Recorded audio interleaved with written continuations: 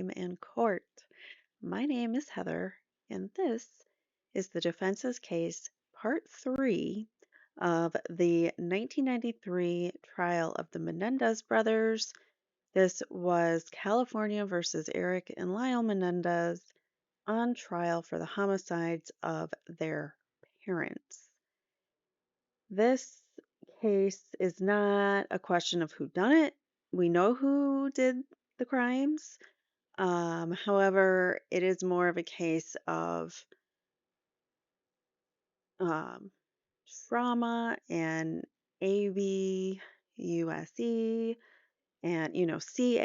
I have to be careful with my words here on YouTube, but very the formative years of their children's lives, the parents were mistreating them, pushing them past their physical limits when it came to sports, as we're going to find out today. They just really were overbearing, controlling, even from just an outsider's perspective. And that's just from what they're allowing you to see on the outside world. What went on behind closed doors in that house was an even more horrific story than what these individuals saw. So today we're going to go over some tennis coaches, two of the tennis coaches and a swim coach, their testimony in the Eric and Lyle Menendez trial. By the way, this kind of gets forgotten in this. We are doing two separate trials at a time. So it's sometimes confusing, but we have two separate sets of lawyers, one for Eric, one for Lyle. There are two juries in the room at the time of this trial. Sometimes they might send out one and then just have one of the boys' attorneys doing the questioning. So it's an interesting trial. It's one of the first that was ever televised. So they kind of paved the way for the OJ Simpson trial, because this came first. And a couple other things to note. So yeah, a lot of this has to do with the way that the boys were treated, and is it self-defense? When you're in that state of trauma and fear, and you fear your parents, you believe that things are only going to get worse.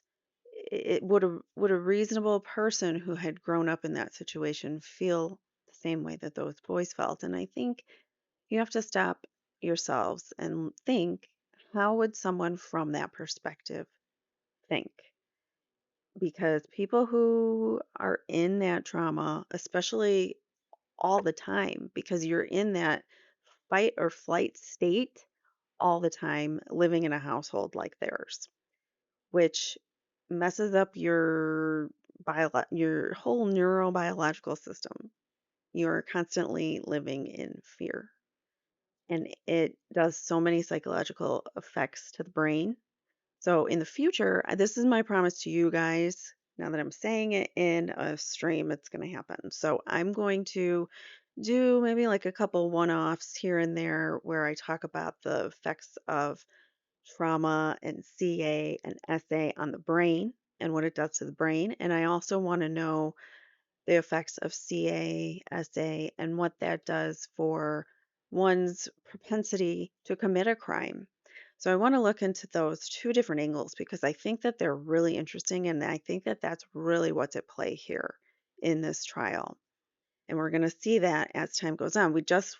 Parts one and two, we listened to cousins who lived in the household with the Menendez brothers during those years and had many things to say about Jose and Kitty that could could lead one now to believe that they were quite ABUSIVE to their children. So I don't know if spelling it is even going to get me off the hook with YouTube, but whatever. I hope you guys understand what I'm trying to say. So, my promise to you is I'm gonna eventually do a couple one-off streams here and there about those things. And there's one other thing I was gonna tell you. No, I can't remember. It'll come to me. Should have wrote it down. I was gonna write it down. Um, I don't know. Let's get started here. We're gonna get started with uh, where's his name? Charles Wadlington. He is the tennis coach of the boys, and he was the tennis coach earlier on when let me make myself smaller there. He was their tennis coach earlier on when they were younger. So let's hear what he has to say regarding that. And I swear to God, I have something to tell you guys that.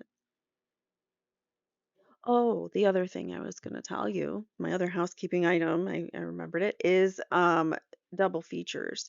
So because there's so many parts to this trial, and I find this trial really interesting, I want to try to do some double feature days where once in a while I might double up like parts 3 and 4. I'm not saying that there's going to be a fourth one today, but in the future, don't hold me to that. But in the future, I kind of want to do some double features or double headers. So kind of just stay tuned for that because it'll help us get through the trial faster. And I just think, we have a long ways to go still. So it might be interesting to, I find this trial interesting and I'm learning a lot. And I think it's great for us to learn as a society and just do better. All right, so with that said, please hit the like button if you haven't already. Please make sure you're subscribed so you get notifications for all of these when I go live or premiere them. I usually premiere them every Tuesday and Thursday. So that's why I kind of want to do some double features too, because we're only doing 2 a week. So maybe sometimes I might like do 2 in a day. So we'll see. Anyways, so here is today's. It's not a double feature, so I apologize if I got your hopes up, but it is the defenses part 3. This is Charles Wadlington, tennis coach. And oops, we're on direct, not cross. I have to change that last time. All right. So we are on direct originally. I think it's Mr. Bird or Birdsall or something. I can't remember the gentleman's name who is Lyle's attorney. He's going to do the questioning for Lyle, and then Leslie Abramson will do the questioning for Eric. And when did you first start coaching tennis? 1973. And at that time, were you in Florida or somewhere else? Lake Placid, New York. Did you? Could we adjust the microphone? Yes, we'll have the bailiff come up here and do that. Every time they do this, where the bailiff has to do it, just fix it every time. In Lake Placid, New York? Yes. And roughly the year? 73. 73. And did you coach in other places besides Lake Placid? Yes, I did. And what were those places? After Lake Placid and after graduating from college, I went to Columbia, South America for 2 years. Then I was in Florida for about 6 months. And then I went to Princeton, New Jersey, and I was there for 5 years. And do you know roughly the time period that you were in Princeton, New Jersey? Yes, May of 81 through December of 85. Those are the years that he coached the boys. Those must have been the years that they were still living in Jersey. So remember, Jose and Kitty met in Southern Illinois. Shout out to Illinois. I'm from there, and live there. So Jose and Kitty Menendez met in Southern Illinois University. They got married and they moved to, I think, New York and then New Jersey or somewhere in that order. They had a bunch of different homes. So and Jose had different jobs. So at some point they did live in New Jersey, and that's when this guy comes. And during that time period, did you have occasion to meet members of the Menendez family? Yes, I did. And could you tell us in what capacity you met them? The first time was at the Hamilton Tennis Center in Hamilton, New Jersey in May, around the 15th of May. And I met them there when they brought the boys to take lessons. By the way. The last time I saw Eric was in March of 85. All right. And Lyle was in October of 86. And is it true that your coaching stopped in 85 and you saw Lyle in 86 because you played tennis with him? Yes. Were you an avid tennis player yourself in addition to being a Yes. coach? Were you a good tennis player or just? I was ranked. Tell the juries what that means. At that time, I was number one in the open professionals in singles and doubles in New Jersey, and I had also been in the top 100 in the world. And how much coaching experience did you have when you first came into contact with the Menendez brothers? To that point, I'd given about 20,000 lessons. And who was it that hired you to give these lessons to the brothers? I'd been brought to New Jersey by a guy named Roger Wooten, but Mr. Menendez had hired me through Roger Wooten. Was the first time you met anyone in the Menendez family Mr. Menendez? Actually, I met all four of them. All four of them came together to the Hamilton Tennis Center the first time I met them. And who, if anyone, did the talking in terms of dealing with you? Mr. Menendez. And what was the arrangement, if any, that you made with Mr. Menendez? Well, actually, I was just to give the kids drills and private lessons, but those original arrangements were made through the other guy, Roger Wooten, who was my employer, and then I gave the lessons. And where would these lessons take place? In the early stages, it was at the Hamilton Tennis Center, but we were not there long, and then we went to the Nassau Racket and Tennis Club, where they continued. But then I also gave them tennis lessons at the Hopewell Valley Tennis Club and at the Hopewell Valley High School and at their house. And did you, during the period of time that you were giving lessons at those places, come to know the Menendez brothers quite well? Very well. And did you also come to know their parents very well? Not as well as I knew the boys, but I did get to know the parents. Did you have interactions with Jose Menendez specifically? A few. And could you describe for us what the nature of those interactions were? Well, most of the time it was like debate over technical issues about how tennis should be taught and differing opinions on the way that people should be trained in the sport. Did you and Mr. Menendez have a basic disagreement on the philosophy of how someone should be taught in the sport? Yes. What was his philosophy and what was yours? Well, his philosophy, as far as I knew, was that the boys should be trained very, very hard and pushed as hard as they could go. And basically, his attitude was that he wanted them to try to do things in the development of their game ahead of what I thought was the chronological order of how someone should be taught and progress. When they came to you, I'm referring to the brothers came to you, were they advanced players? No. Did Jose Menendez think they were advanced players? No, they were beginners. Watch his demeanor on the stand because I feel like he gets emotional several times while he's talking, and I feel like he really felt he cared for those boys and the Menendez brothers, and I feel like he really wanted to do more for them, but couldn't. And let me know what you think about him because that's kind of my impression of him during his testimony here. And They were just starting. when you say that his philosophy was that he wanted them to progress at a different stage than what you had in mind, what do you mean by that? I was speaking of, that was after the original meeting. At first, it was just like all the other kids. They were in the program. We had a lot of kids. And so, basically, they started out with the other kids at their same skill level, but then they did progress faster. So then we started giving them a little more individual attention. Did he want you to give them any preferential treatment above the other kids? Yes. And how did he indicate that? He wanted me to give them all my attention, And did he indicate why he wanted you to give them all your attention? just because he wanted it. Did he indicate why he was pursuing these tennis lessons? Was this He just wanted them to be good. for what purpose, though? If you know. In other words, if he indicated to you why he wanted them to be good. The only indication of why he wanted them to be good was that it was family tradition to excel. All right. And when you say your basic disagreement with him was that he pushed them too hard, did you say? Yes. Could you explain to me what you meant? Well, I feel that he thought that Objection, this is speculation. Without reference to your feelings, could you tell me what he said to you in terms of his philosophy? that they should just practice as much as possible, and that I should work them very, very hard, and that I should teach what he wanted me to teach. Was it his philosophy that he was having them taught so that they would enjoy the game as a game, or was there a disagreement about that? There was disagreement. What was the disagreement there? He wanted them to play for results, and I wanted them to play tennis as an art form and for the beauty of the game. And who won out in this dispute as to the philosophy of what you were doing there? I don't know if there was a winner.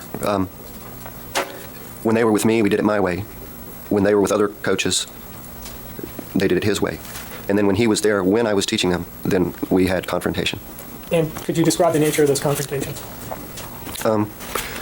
Basically, a superioristic attitude that I didn't know what I was talking about. And I was very self-confident at that time and thought that I knew exactly what I was talking about because I'd produced already a couple of world-ranked players, and I didn't want his interference. By the way, did he have any experience as a tennis coach? No. would he be telling you how to do your job? He tried. Pardon? He tried. And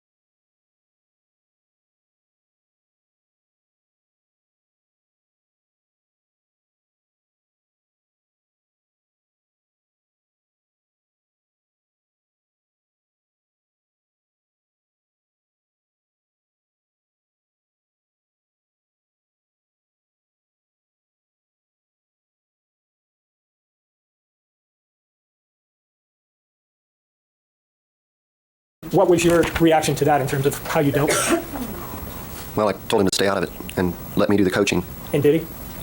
No. Would you explain what you mean by that?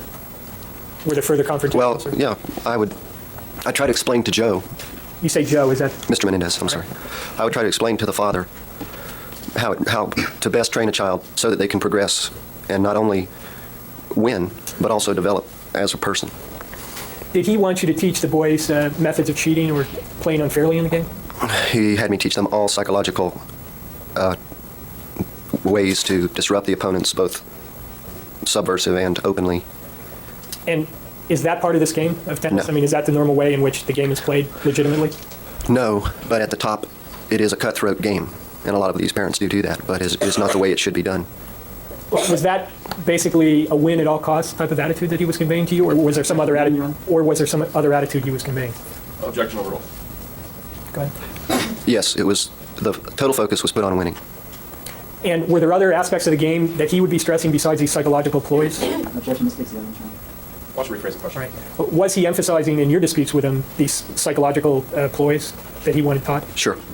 And besides trying to emphasize that, were there other things that he was insisting that the boys be taught in terms of how the game should be played or Yes. what the techniques were at play? Would you describe what those were?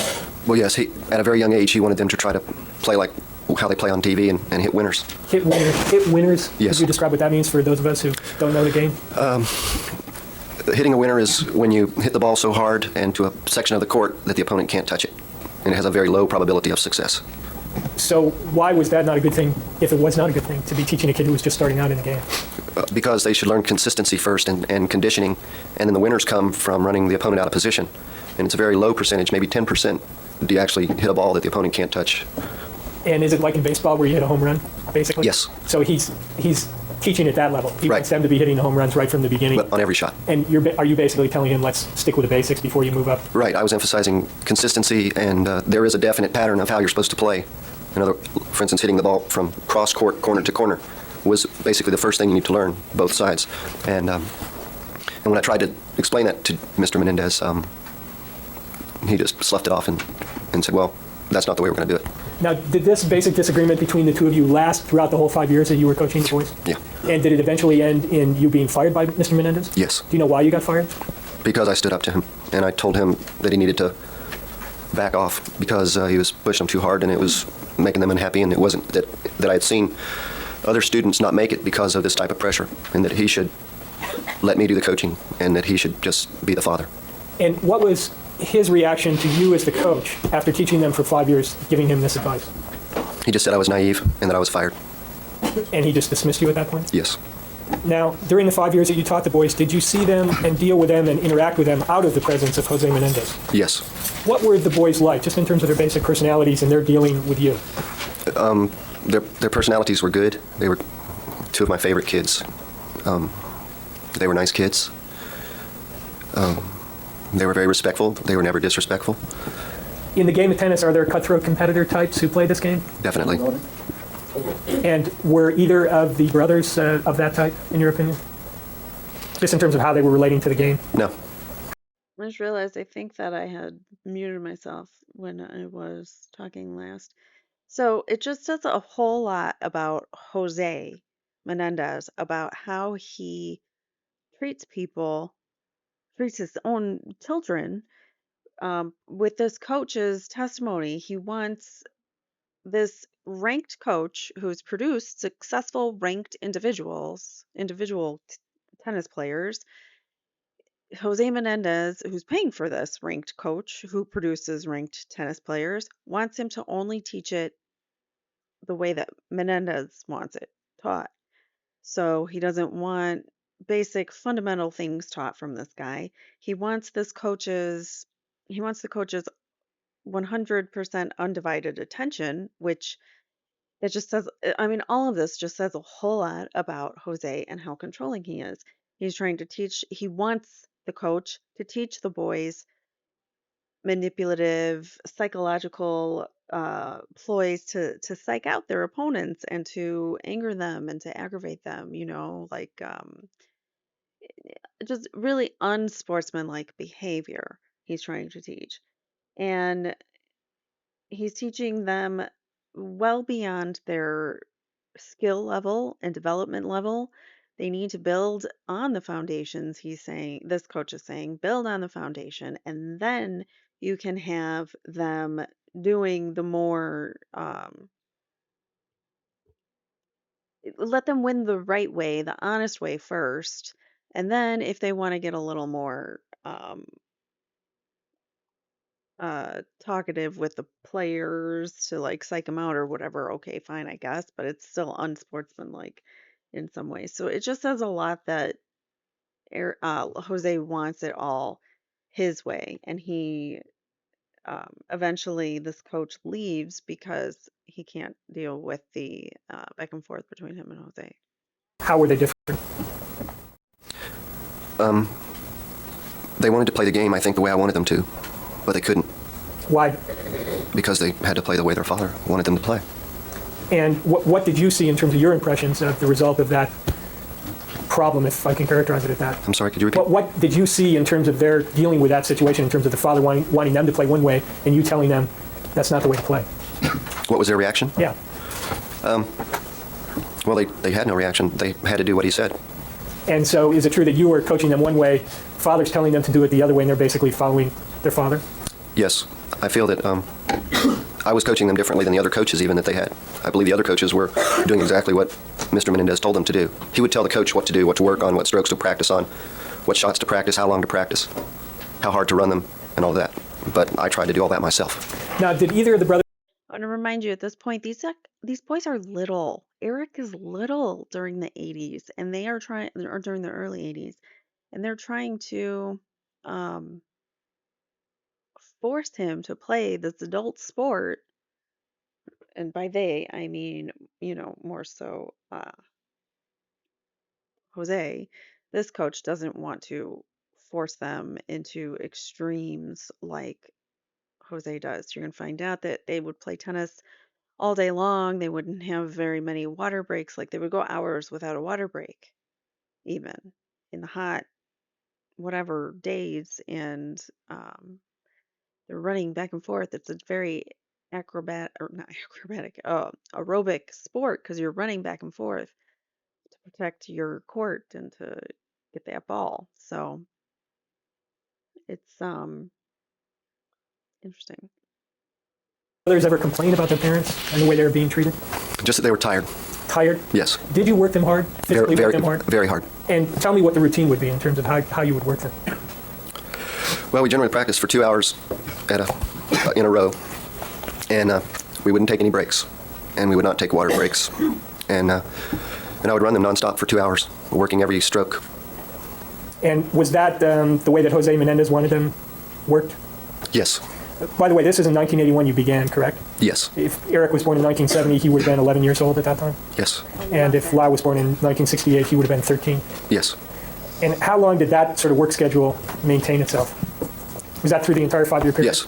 So for 5 years you were working them at that level? Yes.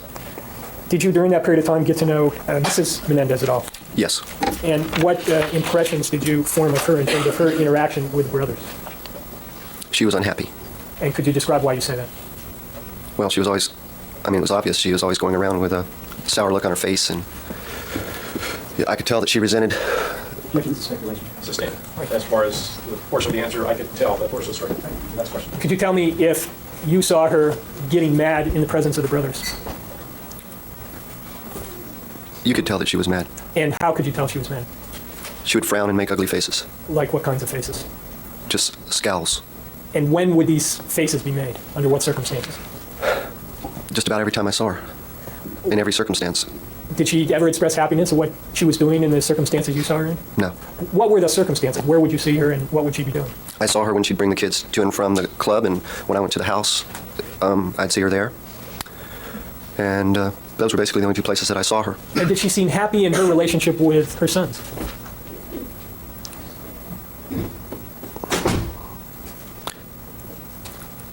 No, Not at all? no. Did you ever see her in a happy moment with either Lyle or Eric Menendez during the 5 years that you were connected with that family? No. And if you could you characterize her overall mood when you dealt with her? Usually sarcastic and hostile. Sarcastic and what? Hostile? And in what ways was she hostile? She was just angry. At you or at the boys or at something else? I don't know. Life in general? Or I don't know. She was just angry. how would she, Upset. How would she express her hostility? Usually sarcasm. Toward you, Toward anybody, me included. including her sons? Yes. And how would she express that sarcasm to her sons? Could you give me an example of that? Well, a lot of times if they asked her a question, she'd humiliate them with sarcasm. Something to the effect like, if you don't know that, you're stupid. And what kind of questions would they ask? Just the kinds of questions kids at that age Anything. They never got an answer. ask. And her response would be, when they ask these questions, if you don't know that, you're stupid? Yeah, or if you don't know that, you're naive. No, this is the overall. You were answering a question. Did you finish your answer? Yes, sir. You were stupid or naive. Yes. Was that her basic attitude toward you as well? I didn't think so. I thought she and I had a pretty good relationship, if that was possible. Did the boys seem different out of the presence of their parents than they did in the presence of their parents? Yes. What was the difference? They had no personality when they were with their parents. And when they were with me, they were nice, normal kids. No personality in what sense? Wow. No personality when they're with their parents, but when they're with him, they're nice, normal kids. What does that tell you about that household? You have to walk on eggshells. I personally, I've mentioned this a couple times on my channel. I was in a ABUSIVE relationship. Not physically, but emotionally, mentally, psychologically, in every other way. Just beat me down. And it's very awful to have to walk on eggshells because you are afraid that the person that you live with is going to get set off and be angry at you and just start yelling at you for no effing reason whatsoever. And the whole night's ruined. So that's it's a little uh this is another moment in time where you're going to be living in your fight or flight um senses and you're going to be relying on those, and because you have to walk on eggshells, you're going to be in the nervous, am I going to get yelled at, like you're all tense, and it's an awful thing to have to go through. So for them to have lived that their whole lives, and then um, when they're out in public, they have to act normal with like a normal family. It's disgusting. Anyways, sorry, I can get carried away. I'm taking notes. So just the worst things that a parent could do, humiliate their own kid for not knowing something, or just being ready to throw insults at your boys, calling them stupid and naive. I mean, come on. That's not what a mother's role is supposed to be.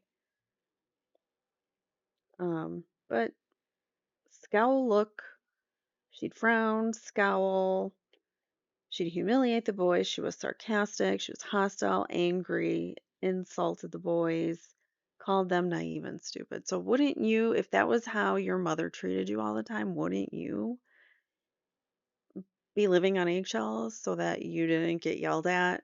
Because at any moment she could be set off for any reason. That's why I think these boys deserve to be freed now. But anyways, my opinion.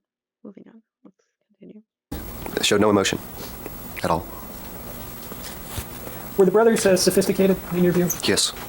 In what way? They were classy kids. Were they immature or mature? They were mature. And how about your interactions with Jose Menendez? Did you see him interact with the brothers, with his sons? I saw him practice with them once in a while. And what would those interactions be like? Well, I thought they were ridiculous because he was out there trying to coach them, and he was saying all the wrong things and doing all the wrong things. Would they be confrontational in any way? No, not confrontational. They did exactly what he said. And when you say they did exactly what he said, was there a certain military style to the way in which this family was conducted, or a certain corporate style? If you could you characterize the way the family was run based on your observations of the family during that 5-year period of time? Oh, yeah. It was run sort of like his business, and he would give the orders and they would follow them. And are you literally saying he would give orders? Or Yes. How do you mean that? Well, I mean, they would have tasks in practice, and they were written down, and they had to do it. And these written orders would be given to them? They would be given to Mrs. Menendez, and she would carry them out. And then they would have their own, like, do this much studying, do this much practicing, run this many miles on a daily basis. And these would all be written down by Jose Menendez, and the orders would be transferred to Kitty Menendez? I don't know who wrote them down. But in any event, you're actually talking about a piece of paper that Yes. someone would have with a list of orders on it? Yes, tasks. And those tasks would be followed? Yes. Would there be any deviation from the list? No. And was that an unusual event where there would be this list of tasks that had to be followed, or was that something that you saw on a regular basis in that 5-year period? I had never seen it before. And was it a regular event in this family? Yes. Did you ever discuss with Lyle Menendez what his basic philosophy was in terms of his future? Yes. And what Yes. did he tell you in that regard? Well, he wanted to play tennis. Time frame, please.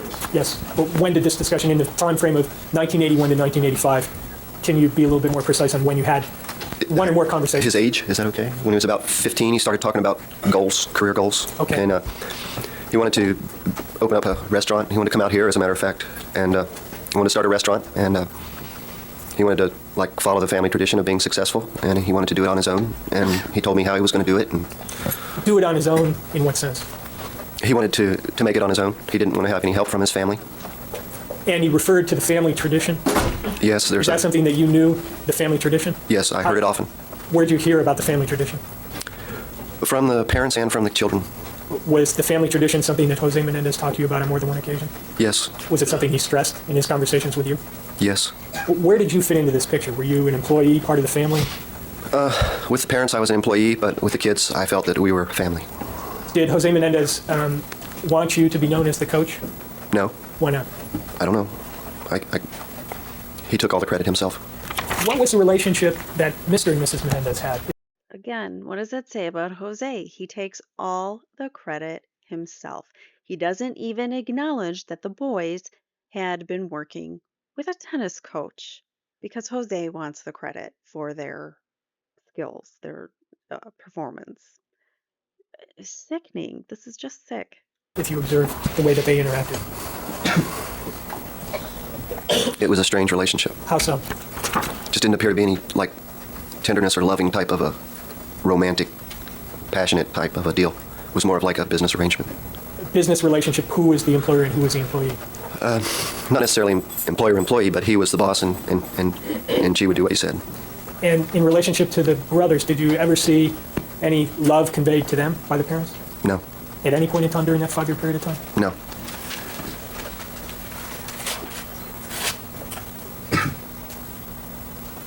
Thank you very much. The examination on behalf of Eric Menendez.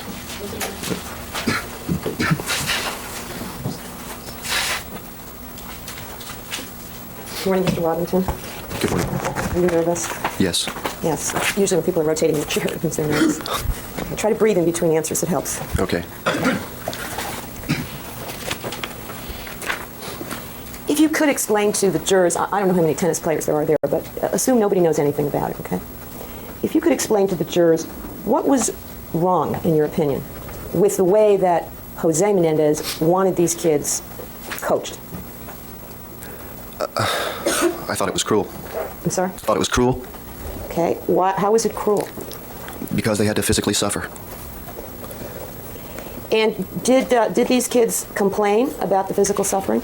No, How did you know they were physically suffering? because I knew how many hours a day they were doing. And how many hours a day were they doing it? All their free hours. And all day, both weekend days. And was it your knowledge that they were playing tennis before they went to school in the morning sometimes? Yes. All their free hours, they were playing tennis, even before school in the mornings. What the actual F? Making your kids play tennis so much that they have to get up early and play it before school. Um, can we say torture? Like, I mean, okay, it's not torture, I guess, but it is pretty bad that these kids have no free time, no ability to decompress, no ability to get away from everything for just a little while. They are forced to be in their parents' clutches 24/7 doing whatever the parents want them to be doing, no matter how grueling or awful. And did you coach them sometimes before they went to school? Yes. And what time would those kinds of lessons begin? 6 a.m., 6:30. And was it within your personal knowledge that they were coached immediately after school? Yes. Was it within your personal knowledge that they were coached at night? Yes. And it was in your personal knowledge that they were coached all day long on each weekend day? Yes. So what free time did they have? None. We even practiced on Christmas, holidays, every day. And did you ever, in the times that you were at the home, see them with friends? Just once. Once. In 4 years? 5. 5 years. And what was that circumstance? One time another boy came to practice with Eric. And was that the only other time you ever saw anyone that appeared to be a friend around either one of them? Except when my nephew came and played with Lyle for That a was week. a friend you were bringing for him. Yes. What about, These boys weren't even like socialized. They were just like workhorses for the parents. Go play tennis, go do this, go do that. Wow, this is awful. I mean, we're learning a lot here from these witnesses, I think. I needed to turn my page already. on days when one or both of the boys didn't feel well? Didn't matter. They had to play and be coached even when they were sick? Yes. Did you feel badly about what was happening in this family at the time you were coaching them? Objection irrelevant. Sustained. What were your feelings about what was happening in this family at the time you were Objection coaching them? irrelevant. Sustained. Why did you continue to coach them if so much that you didn't approve of was going on? Because I cared for them. And you're rather emotional about this even now, are you not? Yes. Did you feel that somehow your being there was making some kind of difference? Objection pleading. Sustained. What did you think your role was? Objection irrelevant. Have you finished your question? Well, I was trying to think of a way to Have you finished your question? No. I'll start over. Okay. Did you think that your remaining as their coach had any impact upon Lyle or Eric's well-being? Yes.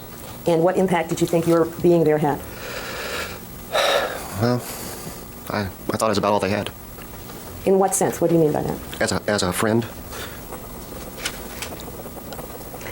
Were you affectionate towards them? Yes. And how did you demonstrate your affection for them? We were friendly, and we played non-tennis things, and we played with the pets. We went fishing. We listened to music. We talked about girls and life and things like that. When they did, So he tried to do normal things with the boys. Normal things. They're becoming teenagers and they're still young kids at the time that he starts seeing them. But by the time that, 5 years is up, they will have been older. But still, I mean, so he tries to do normal activities with the boys, trying to make them feel like trying to help them enjoy their childhood. Their whole childhood was being fearful of their fathers, of what he would do or say to them, of their punishment for anything. And then um, I believe too that they were afraid of Kitty, especially now. Like now, it seems she just came off as just an unpleasant woman, and even tennis coaches noticed. So, see what else he has to say. Did well under your training. How did you deal with them? Overall. If they did well on a particular day in a particular practice, what would you say or do? Well, I always said the same thing, that I'm there, good or bad, I supported them. Did you praise them when they did well? Not that much, Why? because I was not results oriented. So you didn't want to set that up as a system. Right. Were you ever physically affectionate with them? Did you hug them? Yeah, hugged them and shook hands, and I'm not a touchy person, but to the extent that I am, Okay. Now, you said that you never observed anything that appeared like love from the parents to the boys. Was that true of both parents? yes. Did you ever hear any, and I want you to focus for a moment on Mrs. Menendez. Did you ever hear her say any loving, affectionate, praising, supportive, kind, comforting, any of those categories of words to either of her children? No. And concerning Mr. Menendez, did you ever hear him speaking in any kindly, supportive, loving, nice tone of voice to his boys? No. Did you hear the opposite from either or both of them? Both. Sorry. Overall. And focusing first on Mrs. Menendez, you've told us about her response to the children if they asked her questions. What other types of things did you hear her say to her sons? Basically just commands all the time. Do this, do that. And did they do this and that when she told them to? Yes.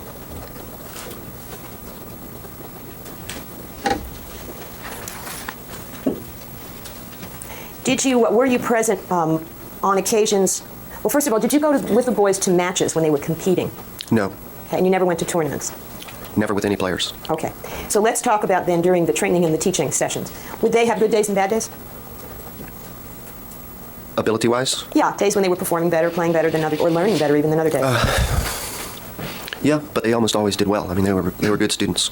So, and do they always seem to be following your instruction, trying to do what you told Yes. them to do? Mm-hmm. Were they willing students or reluctant students? They were willing. Now, were there occasions when they were not playing that well, for whatever reason, when Jose Menendez or Mrs. Menendez were present? No. So they never saw them on days they didn't play well? They always hit the ball well. Okay. Were there times, however, that in spite of that, one or both of their parents were being critical of what they were doing? They were always critical. Now, how would that work if they were playing well? What was it they were being criticized for? The few shots that they would miss. So any failure of any kind was criticized? Yes. When they would be criticized by their mother, was she specific in the sense that did she seem to understand some of the rudiments of, backhands and forehands and cross courts and stuff I don't know anything about, but I mean tennis stuff? Not really. When she would criticize one or both of the boys, would she say, oh, that was a lousy backhand, or that's a terrible serve, or would she focus on the actual performance? No. Just be sort of generalized? Yes. What about Mr. Menendez when he was criticizing one or both of the boys' performance? Was he specific? Yes. Now, there are a lot of, strike that. You said you had given 20,000 lessons before you even met this family, so I take it there's a lot of youngsters out there who were privately coached during the course of your career. Well, actually, that was hours on the court. Okay. Lesson hours.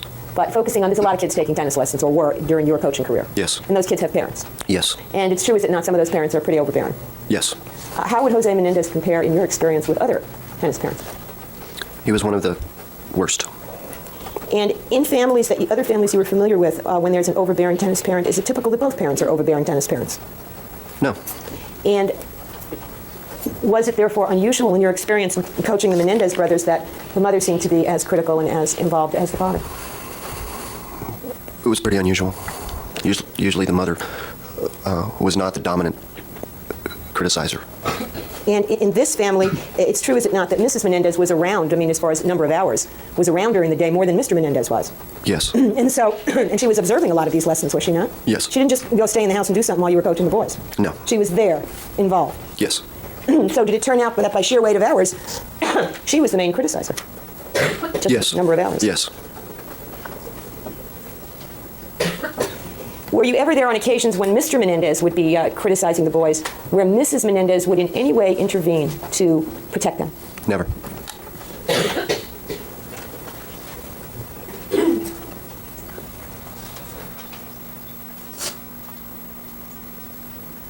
Now, you've talked about the fact that the boys seem to have, everybody's getting sick, that the boys seem to have a daily, why don't we take 2 minutes, everybody coughs, a daily list of tasks. Oh my God. Just want to wait till it seems contagious. All right, your next question, please. Thank you. You said that the boys seem to have a daily list of tasks that were set out for them by both parents, one parent. Did you know who wrote the list or who originated the list? Mr. Menendez? Okay. And Mrs. Menendez was the enforcer of the list, was she not? Yes. Did she ever allow the boys any deviation from that list to say if it was very hot or if it was raining or if they were sick or if they didn't feel like it or anything like that? No. We, on occasion, practiced in the rain.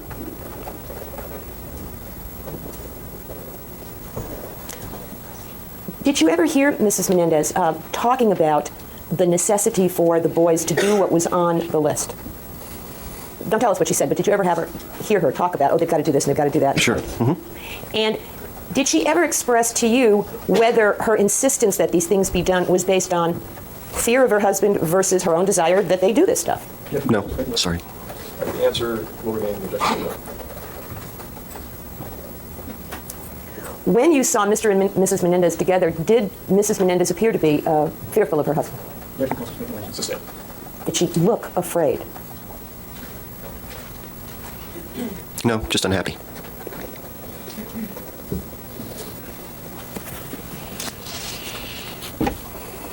Do you remember, Mr. Wadlington, what were the psychological ploys that Jose Menendez wanted you to teach his 11 and 13-year-old sons? Well, there were many. If it's a big point and the ball hits the line, you'd call it out so the other guy would get angry, have a little argument, break his concentration. Let me stop you for a minute for the non-tennis nicks, okay? If the ball hits the line, is it supposed to be called out? Yes, or if you cannot clearly call it out, it should be played as good. Okay. The tennis court has these lines, these chalk lines around it? They're paint. All right, painted lines around. And in amateur tennis competition, on the level that these boys competed, there aren't those referees and people and funny things like at Wimbledon. Only for the big tournaments and only for the finals. Okay, in the smaller tournaments and in the non-finals, the players call the other players' shots. Correct. Correct. So if I'm standing in this court and you're in that court and you hit a ball at me, I can see that line, and I'm allowed to call whether the ball's inside like it's supposed to be or outside or on the line. Correct. Okay. So one of these ploys was to, in effect, always call the ball on the line out, even when it may be a questionable call. Is that right? On the baseline or on the first serve. Okay, and that's to get the other player upset. Yes. Because he's going to say it was in. Right. And he's going to think you're cheating. Objection. Leading. Sustain. Well, That's what all right. So was that the purpose of that particular ploy? To upset the opponent. Okay, what other kinds of ploys? Stalling techniques to slow the pace of the game down to get the opponent off his game. When the opponent lost track of the score, to change the score in our favor. Not exactly the rules of good sportsmanship. Would it be fair to say that? Yeah. Did you ever hear Mr. Menendez talking to his sons about the importance of good sportsmanship? No. Did you? Yes. Did you see any difference in the way that Jose Menendez treated his sons? Difference as between the two boys? Yes, he gave more preference to Lyle. And in giving more preference to Lyle, did he also express to Lyle higher expectations? Lyle was the only one that had been given expectations. Okay. So along with the preference was the expectations. Yes. And did it appear to you, looking, that he had little regard for Eric? As far as a tennis player and whether he should receive the preferential lesson time and to do well, etc., it was given to to Lyle. Excuse me. Apart from that kind of distinction where Lyle should be given the preferential time, in the way that Jose Menendez related one-to-one to the boys, did he seem to be dismissive of Eric, focus more attention on Lyle? Yes.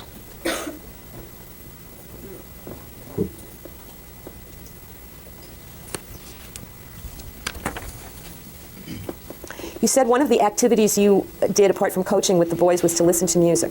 Yes. Do the words Chippendale mean anything to you? We listened to a lot of Chippendale. Chippendale singing a lot of modern songs. What are Chippendale for those who don't know? They're two cartoon characters that sing in high-pitched, fast voices. Okay. And was this music the boys' preference? One of their preferences. We listened to it a lot when I was at the house. Now, that's not very sophisticated music for teenage boys, is it? Did you think that was a sophisticated choice? You described them as sophisticated. Did you mean socially sophisticated? What did you mean? Yeah, they were socially sophisticated and well-trained and well-mannered and dressed nice and, All right, so you're talking about they had manners. yes. Did they seem to have much knowledge of the world or of people? Did they seem to have a wide fund of knowledge?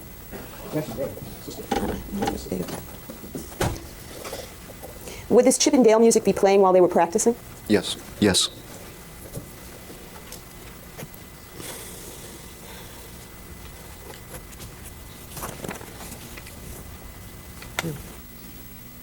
You said you had been told, or you heard repeatedly from Mr. Menendez's lips and from the boys about family tradition. What were you told was the family tradition? Well, that the grandparents had won gold medals in swimming and that they should strive for that high a goal and actually to become world champion in tennis.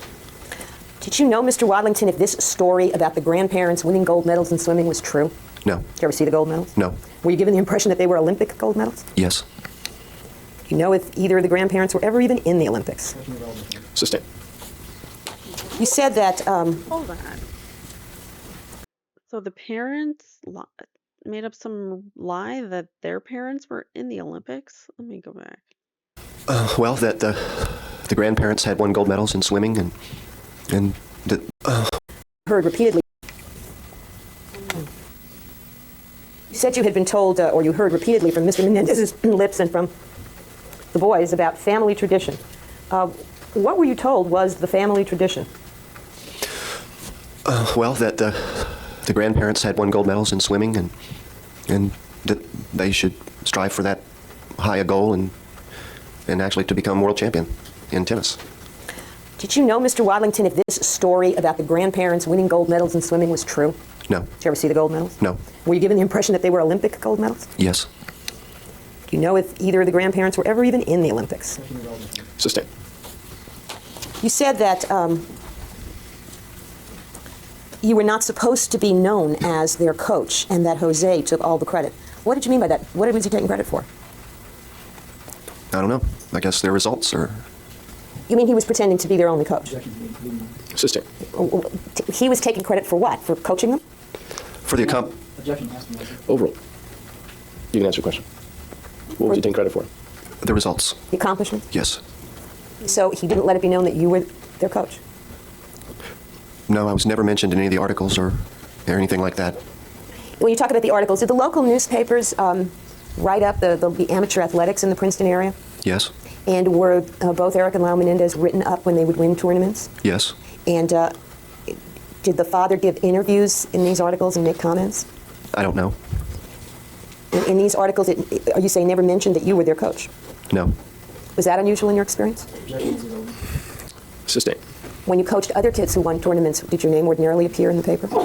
Sustain. I'd like to know the answer to that.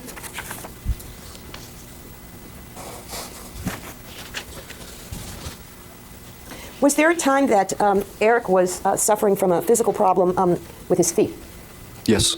Is it fairly typical in tennis, in rigorous practice, that kids develop problems with their feet? Yes. And did you attempt to assist him in that problem? I did help him. And what was Mrs. Menendez's reaction following your having helped Eric? We couldn't tell her. What do you mean you couldn't tell? We couldn't tell her. He said he would be punished. So we did it on secret. All right, why don't we get more specific? What was the problem that he was having?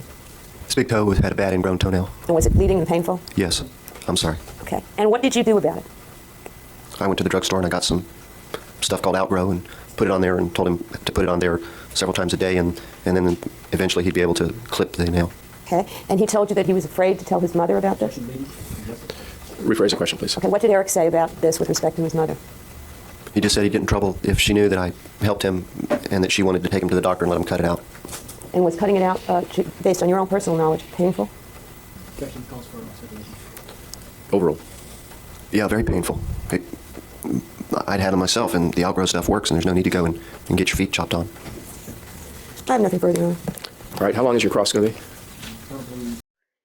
Wow, like the poor boy is even afraid to tell his mom that he has an injury because he's afraid he's going to get yelled at. That is what it's like to live in a house like that. with people like that.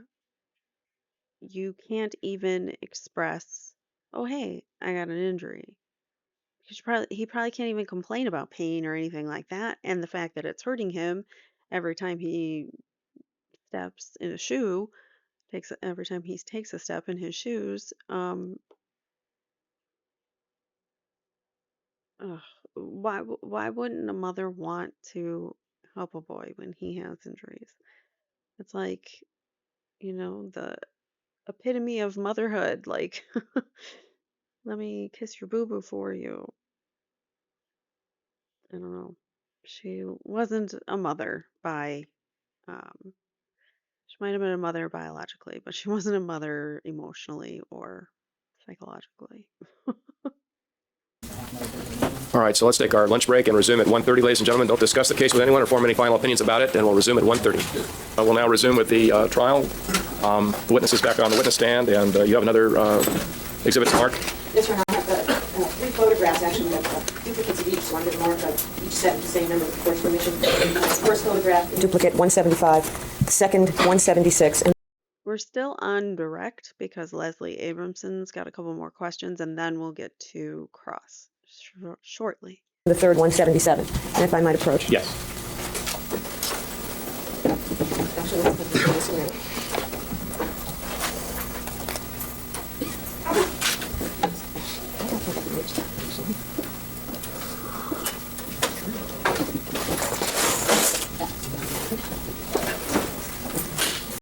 175. Do you recognize who's in those pictures? Yes. And who is it? Eric, And at approximately what age? about 12. And that was during the time that you were coaching him? Yes. And if you look at the next photograph, which is 176, do you recognize who's in that picture? It's also Eric. At about the same age. Yes. Do you notice he has something on his right arm in the wrist area? His sweatband. And do you know whether Eric had any marks on him, birthmarks or disfigurements in that area? A birthmark. On his right arm? Mm-hmm. Did he usually wear a sweatband over it? Yes. And the third photograph, 177, is that also a photograph of Eric? Yes. Yes. What's he doing? Hitting a forehand. And is this a characteristic picture of him playing tennis? Yes. At that age? Mm-hmm. He appears. How would you describe his facial expression in this photograph? Straining. And was straining typical of the way that he played tennis at 12? Yes. It's like, isn't it an adult sport? I mean, I don't see too many kids playing tennis, but I don't know.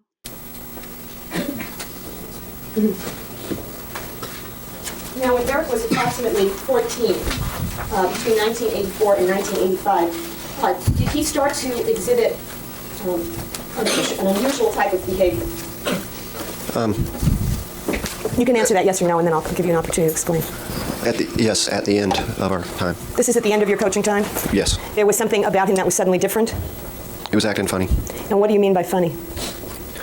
Just wasn't, his head wasn't on the court. Objecting to speculation. Oh, wait. Let me have the question back, please. Question, what do you mean by funny? When you say his head wasn't on the court, you're not speaking literally, I take it. His concentration was elsewhere. Okay. Did he seem to be having difficulty in self-discipline? Objection, leading is objective. Sustained. What appeared to be the difficulty, if you could tell us? Objection calls for speculation. Sustained. Was he all right. What was he doing? He wasn't paying attention, and he would smash the balls as hard as he could, and they would hit the back fence. So it was obvious there was no effort to try to get the ball in. Now, based on your interaction with him, did he appear to be rebellious, or was this unintentional? Objection calls for speculation. Sustained. Could you figure out what was going on? Objection irrelevant. Sustained. You've coached many children, have you not? Yes. You've already described Eric as a very willing student, correct? Yes. Was he in any way being defiant towards you, or refusing to listen to you, or any of those things? Objection calls for speculation. Irrelevant. Sustained is also a compound question. Well, may we approach Your Honor? No, it's a compound question. Was he being defiant towards you? Objection is vague. Sustained. Was he refusing to listen to you? Yes. And could you tell why? Was he Objection calls angry? for speculation. Objection sustained. Did he appear to be angry? Yes. Did he appear to be angry with you? Was there an objection? Yes, it was. What was the objection? It calls for speculation. It is speculative. Well, at this point, it's unclear as to, you're talking about one specific incident? No, I'm talking about a pattern of conduct. All right, the objection is sustained. The answer is stricken. on any of these occasions, well, first of all, how many times did this happen before your coaching with him ended? Just the last couple of lessons. So it was 2 lessons. Yes. All right. Did he appear or express any anger towards you? No. Did he appear or express any anger towards anybody? I couldn't tell what he was acting strangely about. Why did this seem strange to you? Objection irrelevant. Sustained.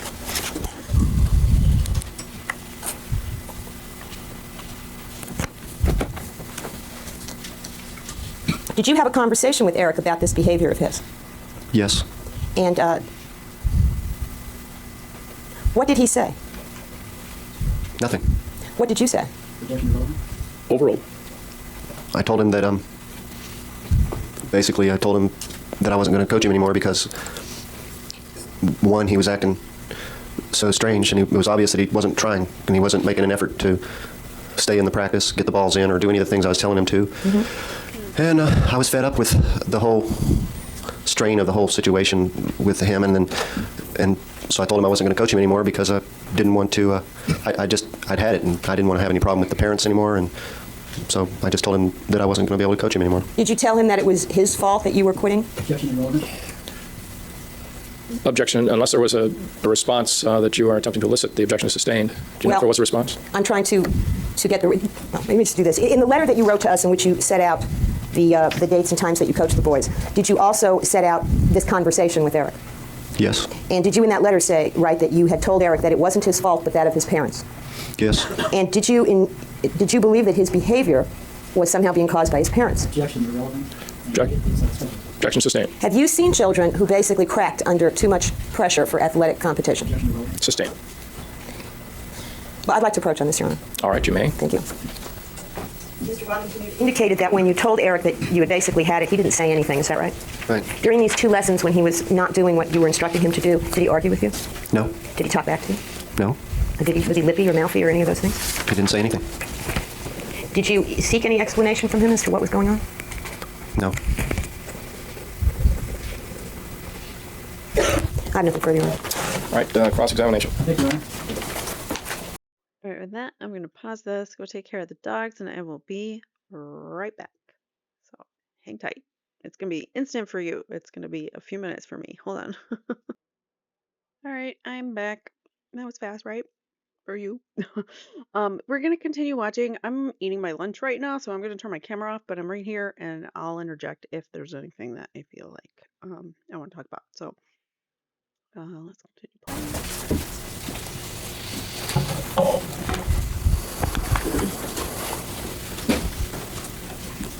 Mr. Wadlington, the first time that you ever saw the Menendez family was in 1981, is that correct?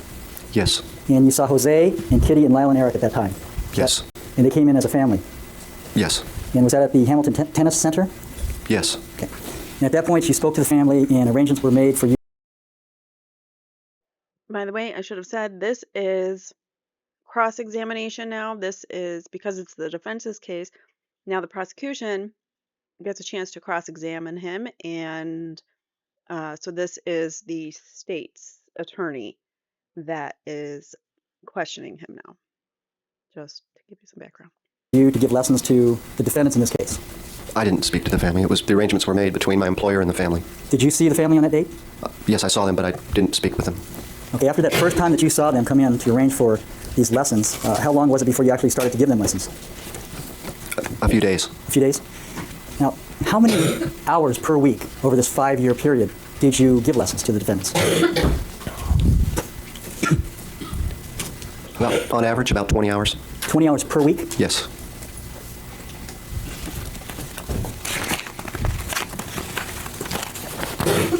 Now, you indicated that you did not know the parents very well, is that correct? You testified to that in direct examination. Overruled. Would that be fair to say, sir? That I didn't know them very well? Yes. I didn't know them intimately. Now, you indicated that Jose Menendez told you that you should train the defendants hard and to push them and develop their game, correct? He told me specifically what to do when I taught them, and he did want me to train them hard. And he told you that he wanted you to give a lot of attention to his sons. He wanted me to give preferential treatment. He thought his sons were special and he wanted you to treat them specially? Sustained. Did he think his sons were special? Objection calls for speculation. Sustained. In any event, he told you he wanted you to give his sons preferential treatment, correct? Yes. Now, you said that, I guess Jose Menendez had told you how to coach his sons. He told you what he wanted done, correct? Yes. And you taught them the way that you wanted to. Is that fair to say? I tried to work in his goals, but with my methods. And his goals were that his sons would one day be champions in tennis? Yeah, number one, to be specific. And you told him to just be their father and you'll be the coach, correct? Yes. Now, you were saying that at one point the defendants played in the rain. Was that what you testified to? Yes. Now, you were the coach and you did the coaching the way you saw fit, correct? Yes. And you coached them in the rain. Yes. Jose Menendez wasn't there when they were playing in the rain when you were coaching, was he? I don't. Overruled. I don't remember if he was there or not. But that was your call, correct? Yes. Now, would it be fair to say that Jose Menendez spent a lot of time with his sons? I don't know. Didn't you testify that he spent both days on the weekends practicing with his sons? No. You did not. No. Did you spend the weekends with the defendants teaching them tennis? Yes, when they Oh. weren't in tournaments. All day, both days? No. Just my allotted time. And how many hours on the weekends was it? Usually about 2 or 3 hours a day. Okay, did you testify that they spent the whole week, all day on the weekends practicing tennis? Yes. And you only spent about 2 or 3 hours with them? Or playing tennis in tournaments. Okay. And I knew the other coaches that were coaching them as well. So there were other coaches in addition to yourself that were coaching them at that point? Yes. Was it your understanding that Jose Menendez also spent time with his sons trying to help them in their training? Objection to the form of the question, Your Honor. Assumes facts not known. Overruled. He hit with them, but not much. Usually it was with a professional. And would it be fair to say that Jose Menendez would come to practices often and watch the practices? No. No? So you didn't see Jose Menendez that often then? Not as often as I saw the misses. Did you ever go to any tournaments that the defendants were in? No. With any students, I wouldn't go to the tournaments. You spoke of Jose talking of his family's tradition of champions and of success, correct? Yes. And he told you that he came from Cuba when he was 14 or 15 years old? Yes. And he told you that he had to make it in this country the hard way? Yes. And he wanted to be successful in this country? Yes. And he told you that he wanted his sons to live the life the way he wished his life had been? No. Is that what you, do you remember talking to the defense attorneys in this case? Sure. And that was on January 19th, 1993? Sure. Mm-hmm. Do you recall telling the defense attorneys that Jose Menendez wanted... Just a second. Yeah, we have that exhibit. It was 174. 174. Full paragraph and the last part of that statement. Yes. Mr. Wadlington, do you remember telling the defense attorneys in this case that Jose tried to make the children live life his way, or as he would have wished his life to have been? Did you make that statement, sir? Would you read it again? Yes.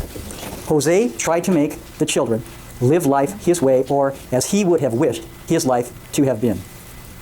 Yep. What I said, and I think that's a paraphrase of what I said, is that he was trying to make them live a life of athleticism, which he had wanted to live but hadn't. He was trying to live his life through them.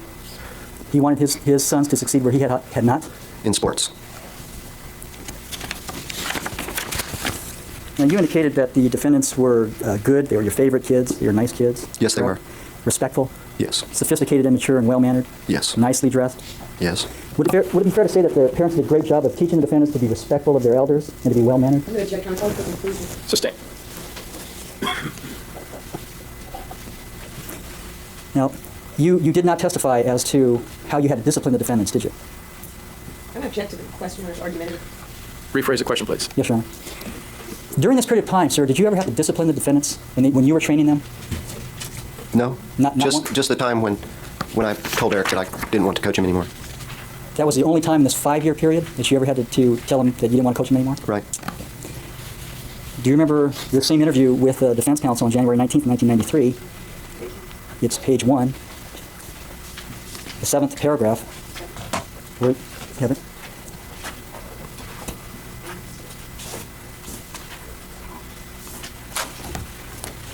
Where you said that you sometimes disciplined the defendants, them, because they got mouthy on the tennis court. Do you remember that? No. You don't remember that? No. Did you ever tell the defense attorneys that? I don't think so. Would it refresh your present recollection to take a look at this report? No. It would not. I remember talking to them, Okay. If it were in this but report? I don't think that I ever had to discipline them in any, I don't remember them ever being unruly, except, just that time. They were very disciplined kids. They didn't misbehave. If it appears in this report, would that have been inaccurate? Objection, Your Honor, calling for speculation. Objection sustained. Is it your testimony right now that you never had to discipline the defendants ever in this 5-year period that you coached them? I don't think that discipline is the proper word. I try to teach them the proper etiquette, but it wasn't as if they were misbehaving and I had to come down on them or something. I didn't do that. If they were, as you put it, mouthy on the tennis court, what would you do? I just remind them that they shouldn't, for instance, if they said a bad word, I would tell them that you can't say that bad word and tell them why. And would they say bad words on the tennis court? Sometimes, but not very often. Now, the defendants were, I believe you stated that in the report that they were aggressive tennis players. Objection sustained. Why don't you ask the question directly? Were the defendants aggressive on the tennis court? As in the way that they were playing, or do you mean like aggressive to the other person, or I don't really. In any way. They were aggressive as far as they were taught to an attack game and to try to move to the net and to be aggressive in that manner. And they were big, strong athletes, weren't they? Objection, Your Honor. 11:13. Well, why don't you rephrase the question to relate to the time frame? Okay. During this period of time, between 1981 and 1985, Lyle Menendez was 13 to 17 years old, correct? Yes. And Eric Menendez was 11 to 15 years old, correct? Okay. Were they big, strong athletes? They were in pretty good shape, but they weren't really strong. They didn't have that much stamina, but they were in good. They were in good shape as far as they weren't fat and they were toned, but they weren't what I classify as a big, strong athlete. Were they well-developed and well-trained athletes? Overruled. They were. I'm sorry. Would you Yes. specific? Were they well-developed and well-trained athletes? Talking about physically? Yes. They were pretty well developed and they were well trained. In fact, you had testified that you were the #1 professional player in New Jersey during that period of time, correct? Yes. And Lyle Menendez could beat you, correct? That was our last meeting, which was about 2 years after I had attained that ranking. Not to diminish his skill level, but he did play very well the last time we played, and he beat me. Were they mediocre players? No, they were good players. In fact, they were the #1 players in the Middle States Tennis Association, weren't they? The last year that I was there, I don't know what Eric's ranking was, but Lyle was. Or top 2 or 3, I'm not sure. There was another couple of kids that were also up there. I don't remember. I have the ranking book, but I don't remember. Do you remember telling the defense attorneys on this January 19th, 1993 occasion that they were #1 in the Middle States Tennis Association? I remember telling them that they were one of the top ranked, but I didn't know if Eric was #1 or not because I wasn't following him that closely at the time. Now, you had indicated that the defendants were willing students of yours, correct? They had good attitudes. And you testified that they wanted to play tennis. They weren't forced to. You fair to say? No, they wanted to, but they were also forced to. Did you testify in direct examination that they were not forced to? No. It was a question, and the witness answered it. The objection overruled. Now, at one point during your testimony in direct examination, sir, you said that you had a good relationship with Mrs. Menendez, correct? I tried to have a good relationship. I wanted to have a good relationship with her. Now, she brought the defendants to the practices early in the morning, correct? It varied. Usually we practiced after school. Okay, would she bring them to practice? Sometimes I picked them up from school. And when you had practices with the defendants on the weekends, what were the arrangements? Same normal arrangements. Depending on where we were practicing, they would be dropped off, or she would sit up in the gallery and we would practice. Or sometimes I'd go to their house, but she was inside and we would practice at the house. These practices, where you said she would sit up in the gallery, would she sit up watching her 2 sons play for hours at a time? she would watch the entire practice. She spent a lot of time looking after her sons, didn't she? Objection sustained. Was this on a fairly regular basis that she would bring her sons and she would sit up there for hours at a time watching the practice? Yes, either she was the transportation or I was the transportation. Now, sir, you said that in 5 years that you saw Mrs. Menendez, you did not see her smile one time. Is that correct? Yes. Not once? No. And you never heard her ever say one little kind word to either defendant. Is that correct? That's correct. Now, when Mrs. Menendez sat up in this gallery for hours at a time, what did she do? Watched or read. I don't know. I wasn't watching her. I was playing tennis. You couldn't see her very well. She could see the court, but I was down inside the screens, so I really couldn't tell what she was doing. She wasn't sitting up there booing the defendants, was she? I I have no idea what she was doing. Did she throw Rotten Tomatoes at him? No, I'm going to object to this. All right, it's argumentative. Why don't you rephrase the question? Mr. Waddington, you had testified that a lot of your students had overbearing parents, correct? That wanted them to succeed, wanted them to be the best. Is that fair to say? Yes. Were there other students that you had where you didn't see both parents? Or maybe you would see just one parent? Usually, unless it was I saw usually both parents, unless it was, of course, a single parent home.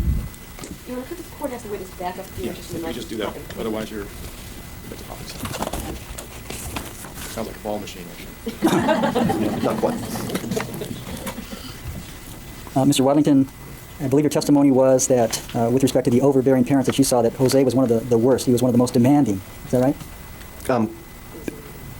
He was what I considered the worst parent of the people that I had coached. And most of the high-achieving students' parents were demanding, but he took it a step further. Now, was he the harshest or most demanding parent that you had ever been involved with? He was the harshest person I'd ever met. Okay. Isn't it true that your own father was even harsher than Jose? You okay, Dex? He groans like an old man when he sits down or lays down. He just made a really loud groan. He was the worst parent. He was the harsh. What did he say? The harshest person he's ever met. Now I think that's what he said. Yeah, he was the harshest person I'd ever met. So not just the worst tennis parent or client parent. It's just the harshest person he's ever met in life. That's pretty big, The harshest person. I'm writing that down. Person he's ever met. I just find that to be very, very, very key because that's not just his son. He's a coach and he should be on Jose's level, man to man, but of course Jose's gonna think that he's above everybody and superior. So that's why he comes off as a harsh person because he's not necessarily nice. And the way he treats his sons would be considered in a very harsh manner, especially in sports and how he forces them to be something that they might not even be. Okay. Isn't it true that your own father was even harsher than Jose, and you received abusive behavior from your father? Isn't that correct? My father was not as bad as Mr. Menendez, but he was pretty abusive. Now, did you tell the defense attorneys, you explained that your own father was even harsher than Jose was? No, he trained me harder. He trained me harder. Okay. But he was not emotionally harsh as harsh as Jose. He had a soft side to him, and after he had been mean or something, or driven me a little too hard, he would come back and talk to me later and apologize and explain himself. So your father trained you as well? That's argumentative. Sustained. Did you use the words in explaining? Yes, Yes. it's the first page of your report. 1, 2, 3, 4, 5 paragraphs down. All right, why don't you just give is there a date on this? Yes, January 19th, 1993. Fifth paragraph, first sentence.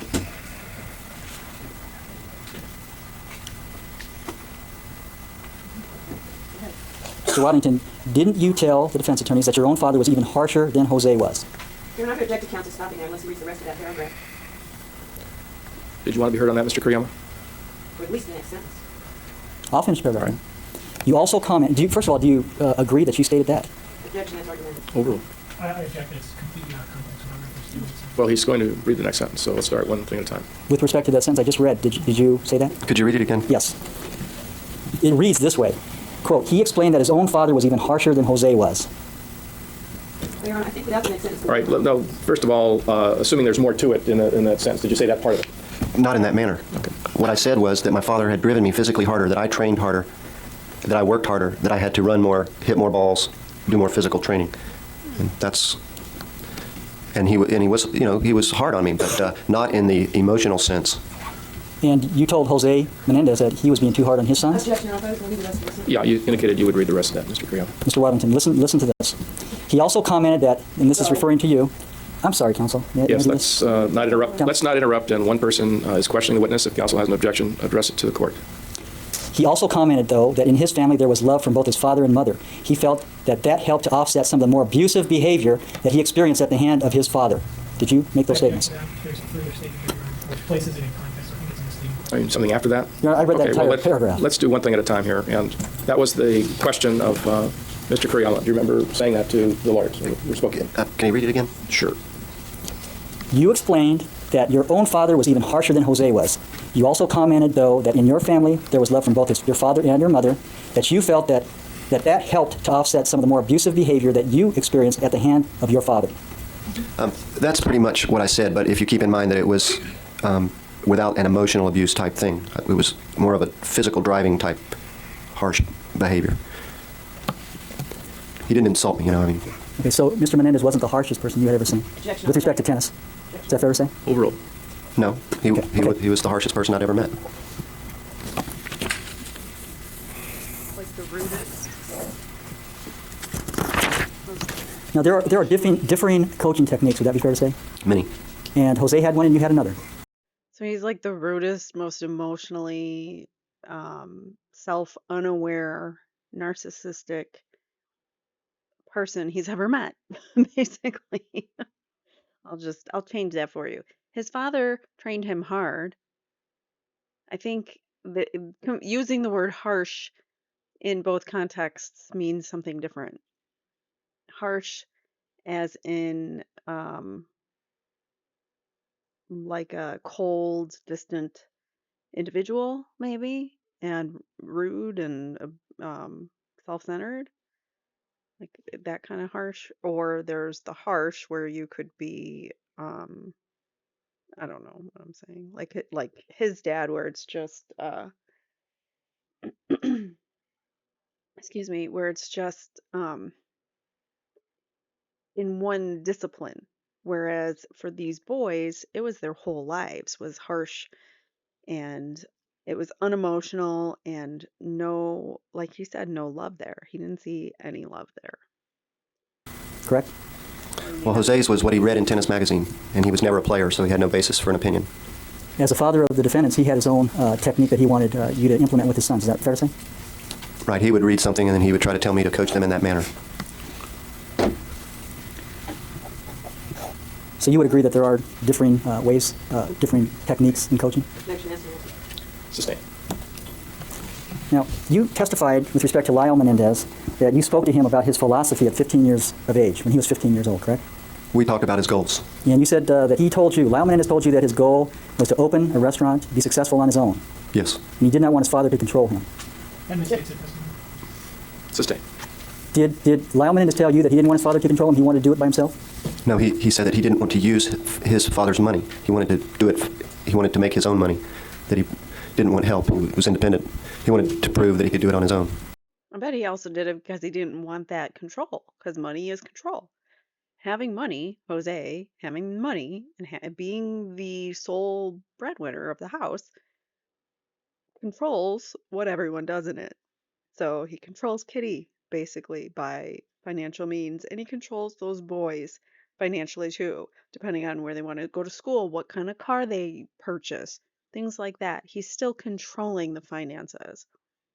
And that's interesting that he said Lyle wanted a restaurant because Lyle actually does buy, I think it's a fried chicken restaurant or something. He bought um uh during after the parents' homicide, and then before they went to prison. Obviously, he bought it with a friend, I think, or him and a friend were running it together. So it's interesting that he said that that's what he wanted to do because that's what he tried to do. Unfortunately, he didn't get to do that for very long. See, I mean, he wanted to go out and be a thriving member of society. He didn't want to just sit around and live off of his father. He didn't end his father's life because he didn't want to be in his father's hold, and that's what I think it was.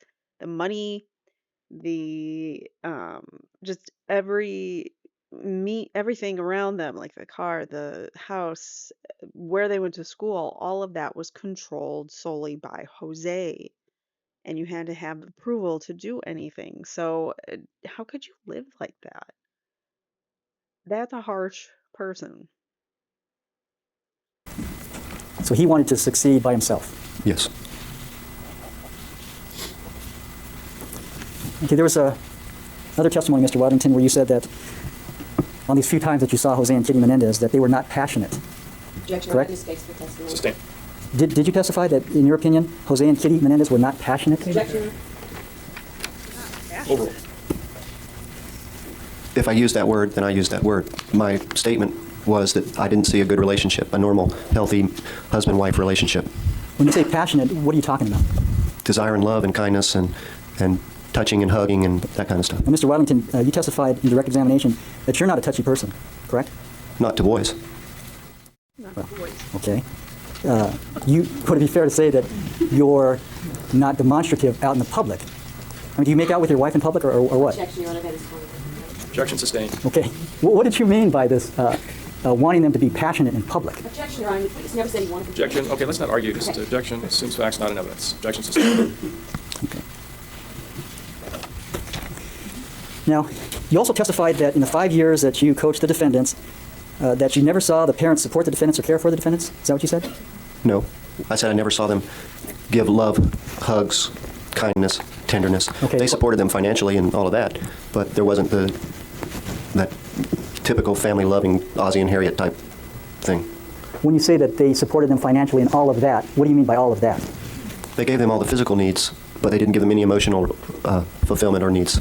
Isn't it true that the parents would sit up for hours on end in the gallery and watch their children? Would that be support in your opinion? Objection, Your Honor, that is. Sustained. Do you consider That's not support if they're just watching you so they can criticize you when you're done. That's not support. And that seems to be what they did, was to not even mention anything that they did good, but pick apart everything that they saw wrong with their performance that day. support of the parents that they spent time watching their children from the galleries on hours on end? Do you consider that to be support? Not emotional support. What kind of support is that? That's a physical support. They're there to let them have a tennis lesson. It has nothing to do with building a relationship with your child. Now, isn't it true, sir, that the defendants had a very close relationship with each other and with their family? They had a close relationship with each other. I don't know what their relationship was with their family. Do you remember telling the defense attorneys on January 19th, 1993, that the defendants had a very close relationship? Yes. Page, actually, it's the fourth page of the packet, and it's March 12th, 1993. It's the first page of the March 12th, 1993 report. 6 paragraphs down. Mr. Wadlington, do you recall saying that the defendants or the boys had a very close relationship with each other and with their family?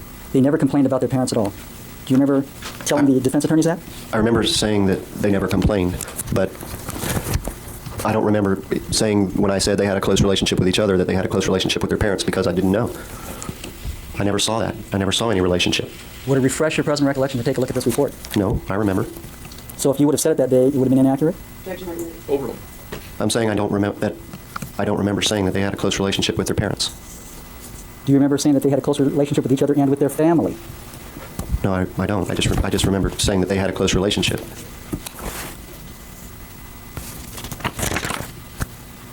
Now, with reference to the psychological ploy of trying to get your opponent off his timing, would that be the sort of thing that John McEnroe does? Well, we don't know.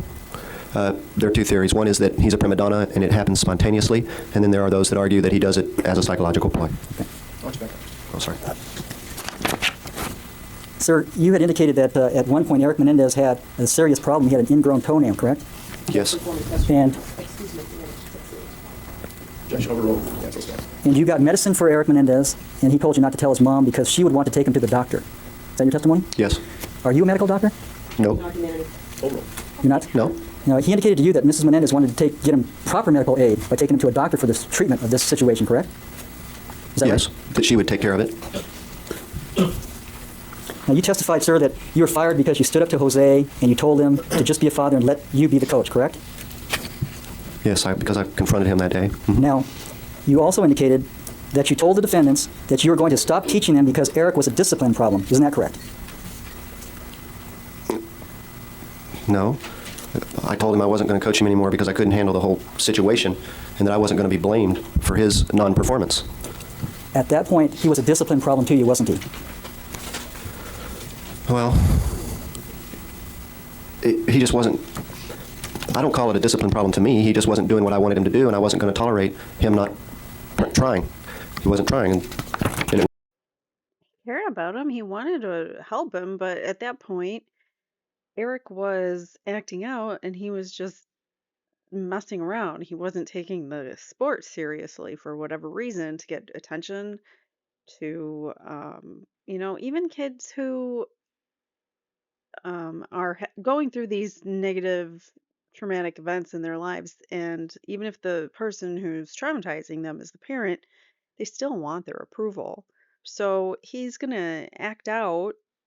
And when he's feeling whatever insecurities, or he's feeling like he's not getting the right needs met from his parents, so he's going to act out doing these things, and then he's going to get yelled at by his parents. So it's this weird circle of you want that approval, you want that attention, and you act out to get it instead of doing something good to receive it. So it's a whole messed up situation. it was obvious, and I had too many other people wanting my time, and I wasn't going to spend it with him if he was going to act like that.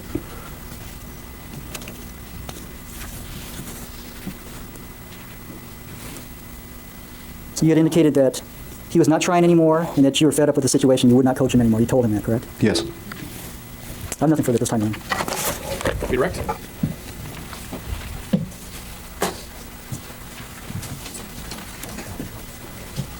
Mr. Wadlington, you were asked whether the Menendez parents and their children came into you and they came in as a family. Did this appear to you to be an ideal family throughout the 5 years that you had contact with them? Objection vague as to the ideal family.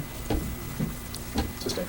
Mr. Curry, I'm going to ask you whether it was true that they referring to the family, came into you as a family. Do you recall that question? Yes. Did they present themselves as a family in the way that people think of families? Vague, Ron. Objection. It is vague. All right. Do you have an idea of someone coming to you as a family, as coming to you as a group of people who are harmonious and presenting themselves as a family unit? Objection again, vague. I think the witness understands that, Your Honor. Right, it's, what did you mean by family? That's basically what they're asking. As a group. And after that first time when they met you as a group, did they, in your eyes and in your experience, remain as a group as defined by someone working together, a group of people working together in some way? Objection again, this is vague. Overrule. Do you understand the question? Yes, sir. I can't remember them, again, together at one time like that. It was either Kitty and the boys, or Joe and the boys, or the boys. And who did the talking when this group came into you when you first met them? Mr. Menendez talked to Mr. Wooten. All right. And I think you said that you gave an approximation of 20 hours per week that you were actually training them? When I coached them for an extended period, it would be 20 hours a week. But for some reason, they would come to me for a while, and then they were also going to a couple of other pros in the area at the same time, and then they would stop for a couple of months or a week and go to some other pro for a while, and so it varied. But if they were with me the whole time for one whole week, then we usually did about 20 hours. If they weren't in a tournament. If they were in a tournament.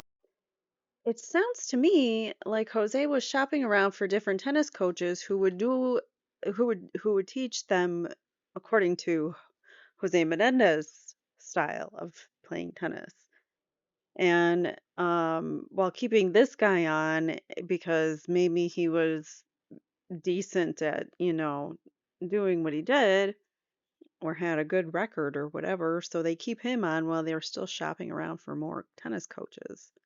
Because why would you need multiple coaches for one individual? On the weekend, then I would have them about 10 hours. And so you were aware that they were being trained by other people at the same time that you were devoting that approximately 20 hours a week to them? Yes. And was that the basis for your testimony on direct examination, that they were pretty much working full-time at tennis? Yes, I knew the other coaches that they were going to, and none of us had enough time to give them all the time that they were demanding. and neither did we have the energy to keep up with them. By the way, was the tennis community, and by that I mean the coaches, a fairly tight-knit group of people in this area? Yes, Would you talk to the other coaches about your experience with the Menendez family? sometimes, And would they talk to you about their experience with the family?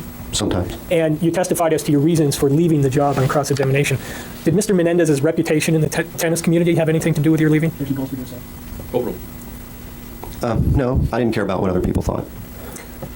I just didn't want to deal with it anymore.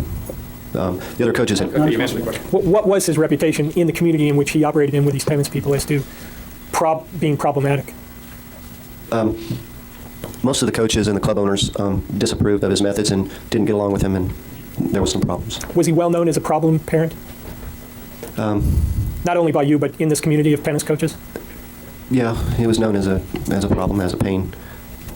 You said that he was the worst person you'd ever dealt with. Objection, this states the opposite. Sustained. You said he was the harshest person you had ever dealt with, correct? Objection, I believe that misstates the opposite. Overruled. Yeah, And how many parents had you dealt with in your coaching career up to the point in time when you started dealing with the Menendez family? a lot.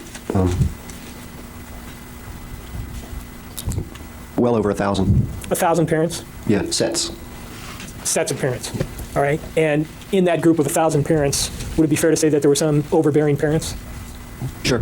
And is it also fair to say, based on what you testified, that Jose was the harshest among that 1,000 parents that you personally dealt with in a coaching situation? Yeah. Yes. Is there some doubt about that in your mind? No, I had to think of them all. All right. You were asked about certain statements that you made to the lawyers in this case, and you were read parts of the statement that you made about a specific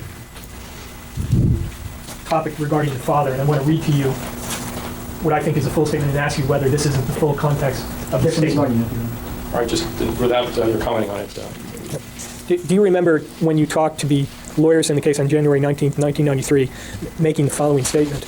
He, meaning you, said that he spent a lot of time trying to counteract what he thought were the erroneous messages being transmitted by Jose. I'm in the third paragraph of the January 19th statement. Which page? Page 1, third paragraph.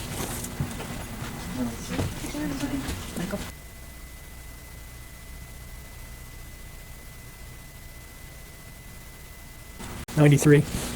He, meaning you, said that he spent a lot of his time trying to counteract what he thought was the erroneous messages being transmitted by Jose. He clearly hated Jose and saw in him behavior he considered destructive. He explained that his own father was even harsher than Jose was. He also commented, though, that in his family there was love from both his father and his mother. He felt that that helped to offset some of the more abusive behavior that he experienced at the hands of his father. He contrasted this experience Objection, Your Honor, this one will be appropriate. All right. or love by either parent. Was that the full context of the statement that was drawn to your attention by the prosecution? Yes, except I think hate is not the word. I just couldn't stand the guy. But I didn't hate him. I just didn't like him. I mean, that was just like, when I hate your guts or something like that. But I didn't hate him. I just couldn't stand him because I saw him being mean to the boys. Right. You were also read a part of a statement, and this is counsel on page 3 of the same statement. And was reading that, refresh your memory as to the context that remark came up. It was referred to by the prosecution. Yes. And is it true that you were discussing with the lawyers and the fact that Meeting, Your Honor. did you say to the lawyers in reference to that remark, which was brought out by the prosecution, Objection. that Yes, you can ask him the context in which that statement was made. I think it's can you, from your memory and after looking at this to refresh your memory, tell us what the context of the conversation was? Sure. That he was trying to live that he wanted to accomplish through the boys sports success that he had not had. That he wanted to live his life through them, so to speak. And would he talk ad nauseum about the family history? Objection sustained. It's argumentative. Assumes facts not evidence. Would he talk to you about the family history in the context which you just related? Yes. This is Mass answering that. Overruled. And would he just mention that briefly, or was that a constant theme with him? It wasn't a constant theme, but it was mentioned often.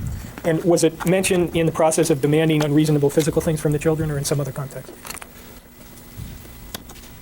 I don't think it was to get physical things from the children. I think it was just to keep reminding them that they were going to have to obtain those high ranks and successes and gold medals and everything like that because it was a family tradition.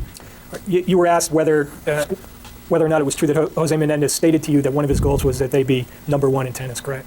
In the world. Yeah, and did he indicate that that was for the boys' benefit or for his own benefit or someone else's? He didn't indicate that it was for anyone's specific benefit. It sure wasn't the boys' benefit, whatever was his reasoning. Objection suspended. Objection sustained. The answer is stricken. Did Jose Menendez state to you that his goal of making or having the boys be #1 was for their own benefit or their own good in any way? No. And did you form an impression based on your contact with that family for that 5-year period as to whose goals he was furthering in trying to make them #1? Objection calls for speculation. Rephrase the question, please.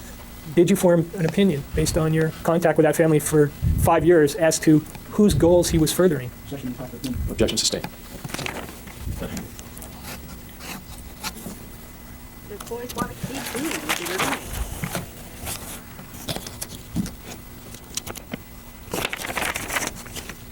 Are the boys having fun? You were asked if the No. kids were aggressive on the court, correct? Yes. And you were asked whether Jose Menendez was trying to help them in their training. Do you remember that question? Yes. Would he physically intimidate them in any way when he was on the court with them in your presence? And by that I mean by his bearing or anything else. Objection waived.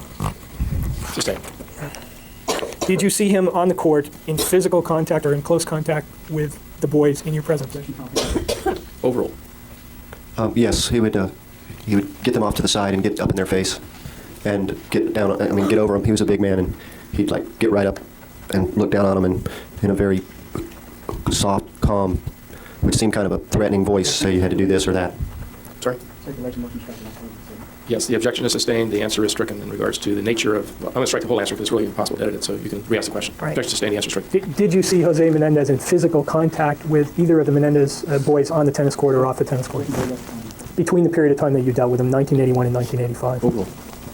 Yes. And could you describe how he would physically be in contact with them? Just your observations of how he related to them physically when you saw him in these situations. Yes, he would get very close to them and loom over them and tell them what they should do.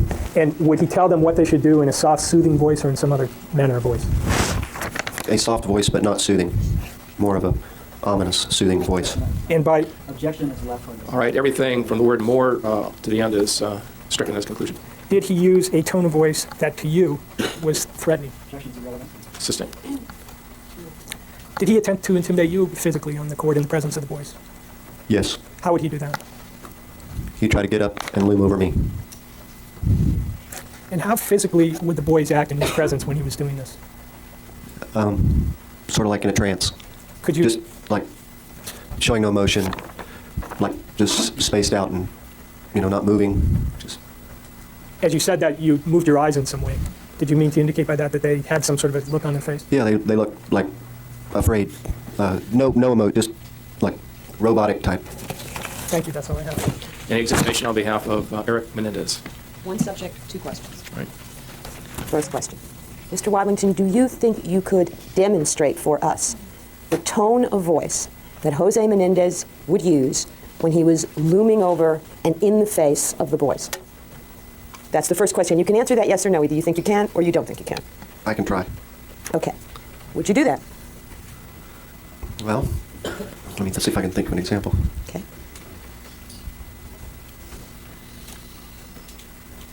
He would say something to the effect of, and they'd be off by themselves, but I could still overhear a bit of it, and he would say like,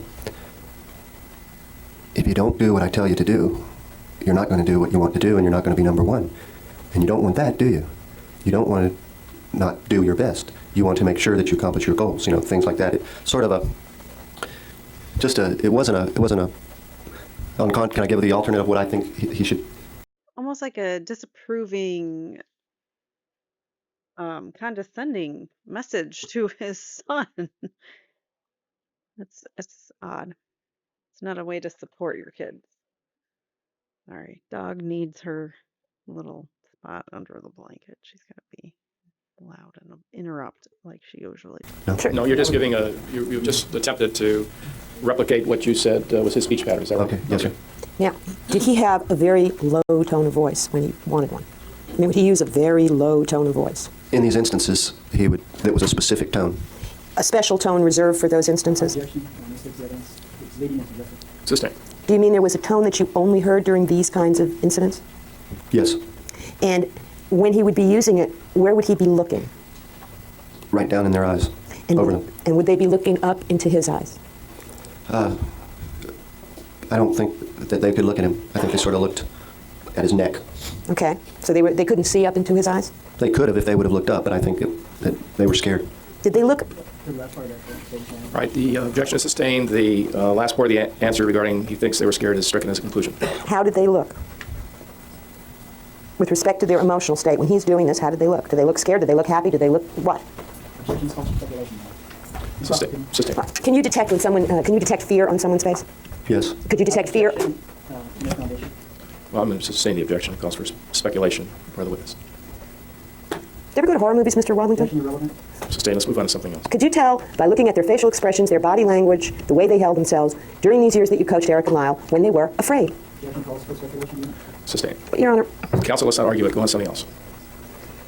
did that tone of voice that Jose Menendez used appear to get results from his children? Yes. When he would talk to them that way, would they then proceed to do exactly what he told them? Yes. Okay, we'll take a recess. We'll resume at 20 minutes to the hour. Don't discuss this case with anyone or form any final opinions about it. All right, we're on to our next witness. So that was the end. There was no redirect. Let's find our person here. Turn off Wadlington. William Curtin, another tennis coach, and we're going to begin with direct. All right, sorry, here we go.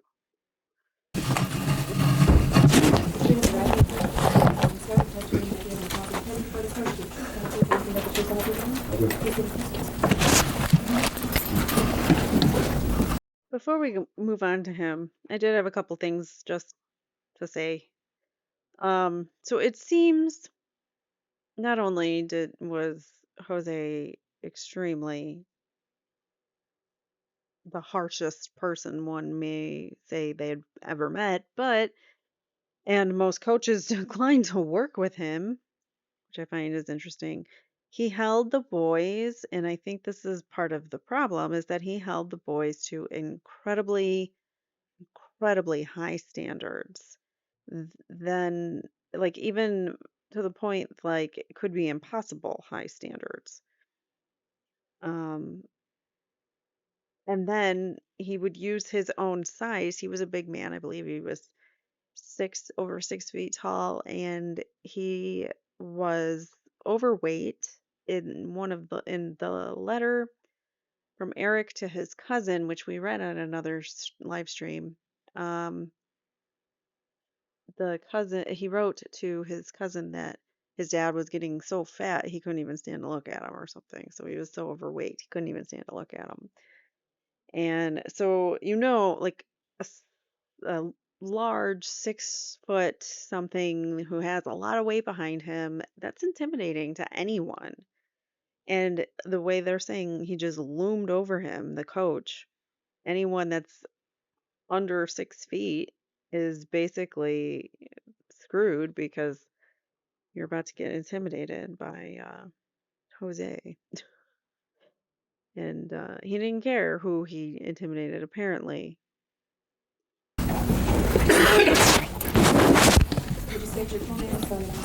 My name is William Curtin. My last name is Kurtain. Mr. Curtin, could you tell the juries what you do for a living, please? I'm the owner of the Hopewell Valley Tennis Club in Pennington, New Jersey, and I'm a member of the tennis advisory staff of Prince Manufacturing. And for a certain period of time, have you been a coach of tennis? Yes, for approximately the last 20 years. And how old were you when you first started coaching? I was about 20 years old when I started. And can you tell me approximately what year that was that you started? I would say 1973. 1973. And in approximately 1978, were you coaching tennis in New Jersey at that time? Yes, I was. Where were you coaching in approximately 1978? At the Hopewell Valley Tennis Club. And about, I'm not asking you for an exact amount, but how many kids, first of all, what is the age range that you teach coaching? You mean in general or back then? Or Well, first, in general.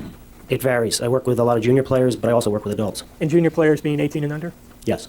And how about back then? What were you concentrating on, if anything? 70% of the lessons I gave were to junior players. And about how many kids were you coaching back then? Well, I teach between 12 and 1,500 lessons a year. And, like I say, about 60% of that was juniors. But I was also in a position to, I was the head of the teaching staff at our club. And there are 9 pros there. So I dealt with literally hundreds of kids and parents every year. Okay, and the parents you would have contact with through the tennis lessons? They would get involved in the lessons? Yes. Did you, back in approximately 1978, come into contact with either one of the defendants in this case, Eric and Joseph Lyle Menendez? I came in contact, I was giving lessons to Lyle, and I also came in contact with both Mr. and Mrs. Menendez. And who, if there was one that you started coaching first, who did you coach first? It was Lyle. And was that in approximately 1978 that you started? Yes, it was. Under what circumstances did you begin to coach him? Just under a private lesson situation. And who arranged the lessons? Jose did. And how did that take place? He and Kitty, actually the whole family, joined I our... could refer to these people by their names, Mr. and Mrs. Menendez. Okay, I'm sorry. Mr. and Mrs. Menendez and the whole family joined our club. They had moved to the Pennington area and joined our club. So he came in and requested that I work with Lyle. And what specifically did you request? What was your understanding of what you were to do with Lyle? Well, we have a consultation type program that we offer to the parents when kids come into our junior instruction program. And in that consultation program, we explain what our goals are for kids and what our program is all about. And he didn't take time to... Let me ask you this. What goals All right, did... wait. An objection is sustained. The answer is correct. Why don't you rephrase the question? Thank you. Can you tell me what goals you explained to Mr. Menendez in terms of how you ran the program? At that age, at around the age of 10 years old, it was... we work on basic strokes development of the kids. We try to make tennis very fun for them and keep them motivated. And what were his goals, if any, that he shared with you at that time? I specifically remember he said that I couldn't work Lyle too hard. In other words, he wanted me to really work him physically hard on the court. And he talked about... Excuse me, you couldn't work him too hard, meaning that he was asking you not to work him too hard? No, just the opposite, that he wanted me to work him very hard, physically. And he made reference not so much to winning, but to rankings. He had set goals for, to get ranked in regional tournaments and so forth, which is directly related to winning because you don't get ranked. So all he wants is the prestige. He wants the appearance of my sons are successful. He wants his sons ranked. Interesting. Ranked if you don't win. And how old was Lyle at this time? Approximately 10. And after Mr. Menendez explained to you what his goals were and that he had specific ideas in mind for ranking, how did the lessons then proceed? Well, I worked with Lyle both at the tennis club in the winter months, and I also worked with him at their home on their private court outside in the summer months. And when he was in town or when he was done work, he oftentimes came to the court. This was to observe the practices, during practices? No, he would actually join in. He would come out on the court, which was somewhat unusual. It was very unusual. Why was that unusual? Because most of the parents might come and observe a lesson for a short period of time, but I wasn't allowed to actually coach. I mean, I would go out there, that was my job, but he would come out on the court, he would literally walk to the other side of the court, and he was very cordial. He would just interrupt and say, "Excuse me," and he would go to the other side of the court and start giving instruction to Lyle while I was doing the lesson. And this was while you were supposed to be giving him the lessons as the coach, correct? That's right. Did that create a certain amount of tension between... What an arrogant POS. He just comes in the middle of this guy's tennis lessons and says, "Excuse me, my turn to teach my son." Wow. This really paints Jose in a light. Just it's helping us get a clearer picture of who Jose was. Between you and Lyle and Lyle Menendez and Mr. Menendez? Yes, I did. Sustained. Answer straight. Did that situation that you've just described create a certain amount of tension between yourself and Mr. Menendez? Yes, it did. And could you explain why and what the tension was? Well, Objection is irrelevant. Sustained. Did the situation which you've just described cause a certain amount of tension which took place in the presence of Lyle Menendez? yes, it did. And could you explain what that tension was that took place in the presence of Lyle Menendez? Lyle seemed to be both embarrassed and resented what was being told to him Resented what was being told to him by you or by Mr. Menendez? by Mr. Menendez. And what sorts of things were being told to him in your presence that he seemed to be embarrassed by? They were instructional things regarding tennis. In other words, he basically took over my lesson, essentially. Did he Mr. Menendez seem to know what he was talking about in terms of conducting the instruction? I didn't think so. He himself was an average club player. He read a lot about tennis and tennis magazines and tennis books, and he would take that information and bring it to the court and use it in his own coaching manner. Well, what sorts of coaching techniques would he teach Lyle Menendez? They were very basic concepts. Teaching tennis has come a long way since get your racket back, bend your knees, and keep your eye on the ball. And Lyle was a very talented athlete, and there are a lot more things that we could do with him that I had planned to do that Mr. Menendez was just working on basic concepts of get your racket back and keep your eye on the ball, which was... Did you see Mr. Menendez physically confront in any way Lyle while these lessons were taking place, or physically position himself in relation to Lyle? Yes, he would be on the court. Could you describe what you saw? Well, as I say, he would walk to his side of the court. Mr. Menendez was a big man, and he would go right up to Lyle, oftentimes take the racket out of his hand, and he spoke with a slight accent, and he would sort of bark instructions. He spoke very quickly and very firmly in short sentences and sort of bark instructions at Lyle. And what was Lyle's reaction to these barking of instructions? He was very quiet. He wouldn't say anything. He would just look at Mr. Menendez and sort of just stare at him, and he wouldn't say anything. There was very little reaction. Would he ever talk back to him? No. Argue with him? No. What would Mr. Menendez do if Lyle Menendez did something wrong on the court, hit a bad shot, or did something that Mr. Menendez did not like? Most of the time, if he was off the court, he would just make different facial expressions. He stared a lot at just about everything Lyle did on the court. How would you describe the facial expressions that he made to Lyle Menendez? Stern. And how about if Lyle Menendez did something right on the court? There wasn't much reaction. I mean, it was more that that's what he was expected to do.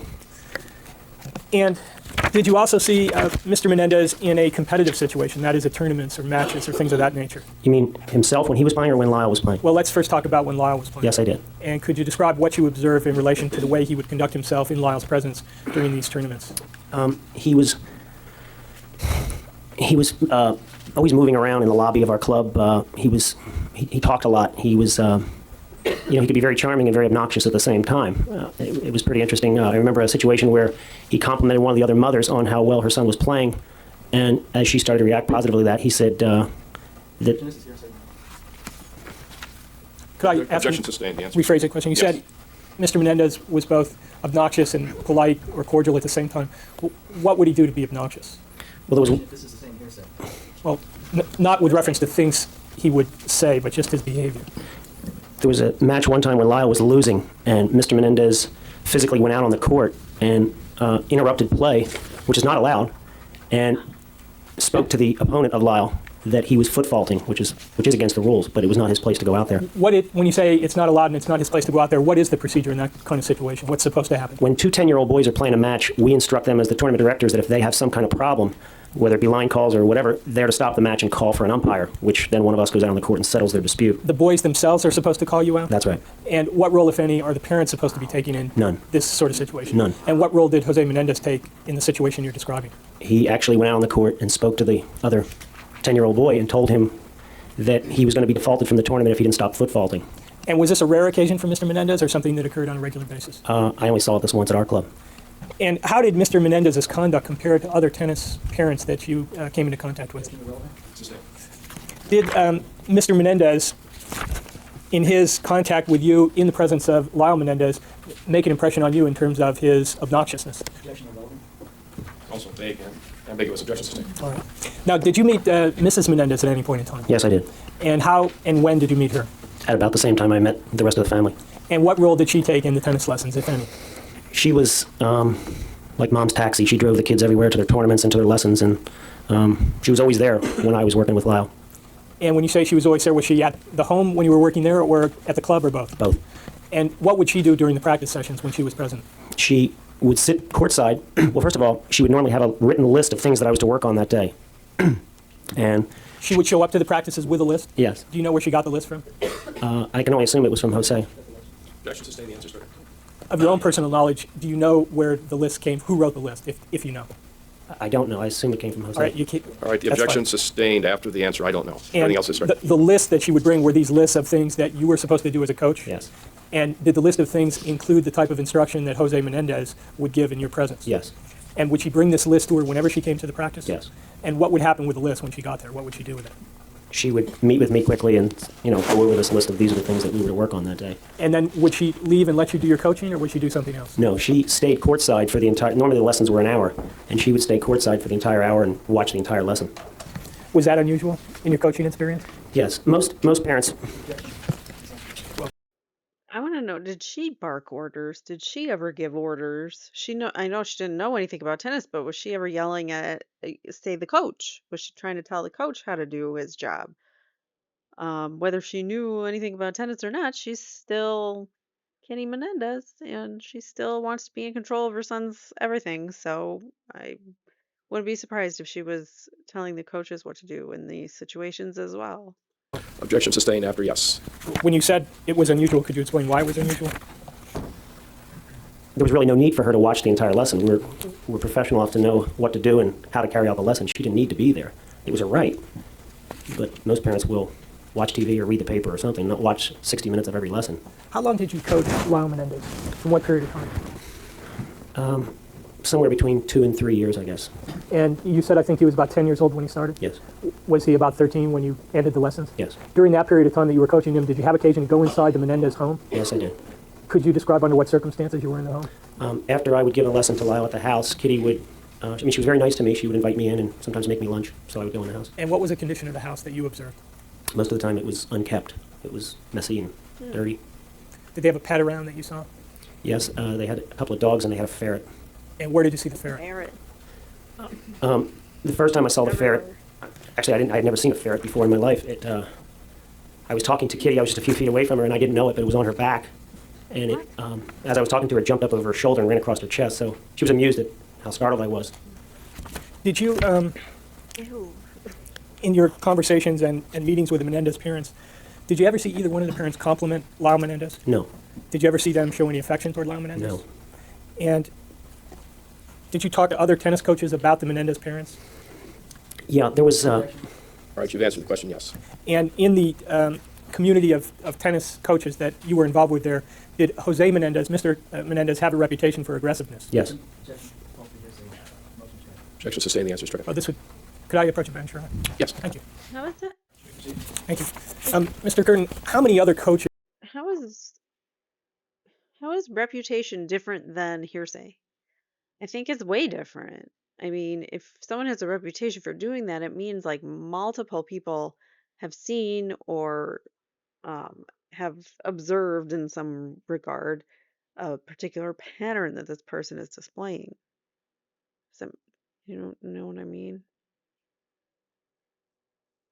So a reputation to me is way I don't think it's hearsay is what I'm trying to get at. Like having a reputation, if you have a reputation for, say, being a neat freak, that's your reputation. You know, everybody knows that about you. Versus I heard Joe Smith say that Kelly Adams was a total neat freak. That's hearsay. That's the difference, right? I mean, any lawyers or people in the chat that know differently, like what's the difference between having a reputation as being something versus someone saying that that's hearsay? And how do you get that in if you are trying to get that hearsay about someone's reputation in? Interesting thought. did you discuss the Menendez parents with, if you know? Several, maybe half a dozen. And within the circle of coaches that you discussed the parents with, did Mr. Menendez have a reputation for physical aggressiveness? I'm not sure what you mean by physical. You mean, Well, aggressiveness in the sense of, I'm not talking about aggressiveness on the tennis court, I mean aggressiveness in interpersonal relationships with other people. I mean, Did Mr. Menendez have a reputation for being aggressive with other people? yes, Objection sustained, the answer is stricken. In the circle of coaches that you dealt with, did Mr. Menendez have a reputation for being verbally abusive toward other people? yes. And what was his reputation? It was not good. We all shared our stories, and like mine when he went on the court with this other boy.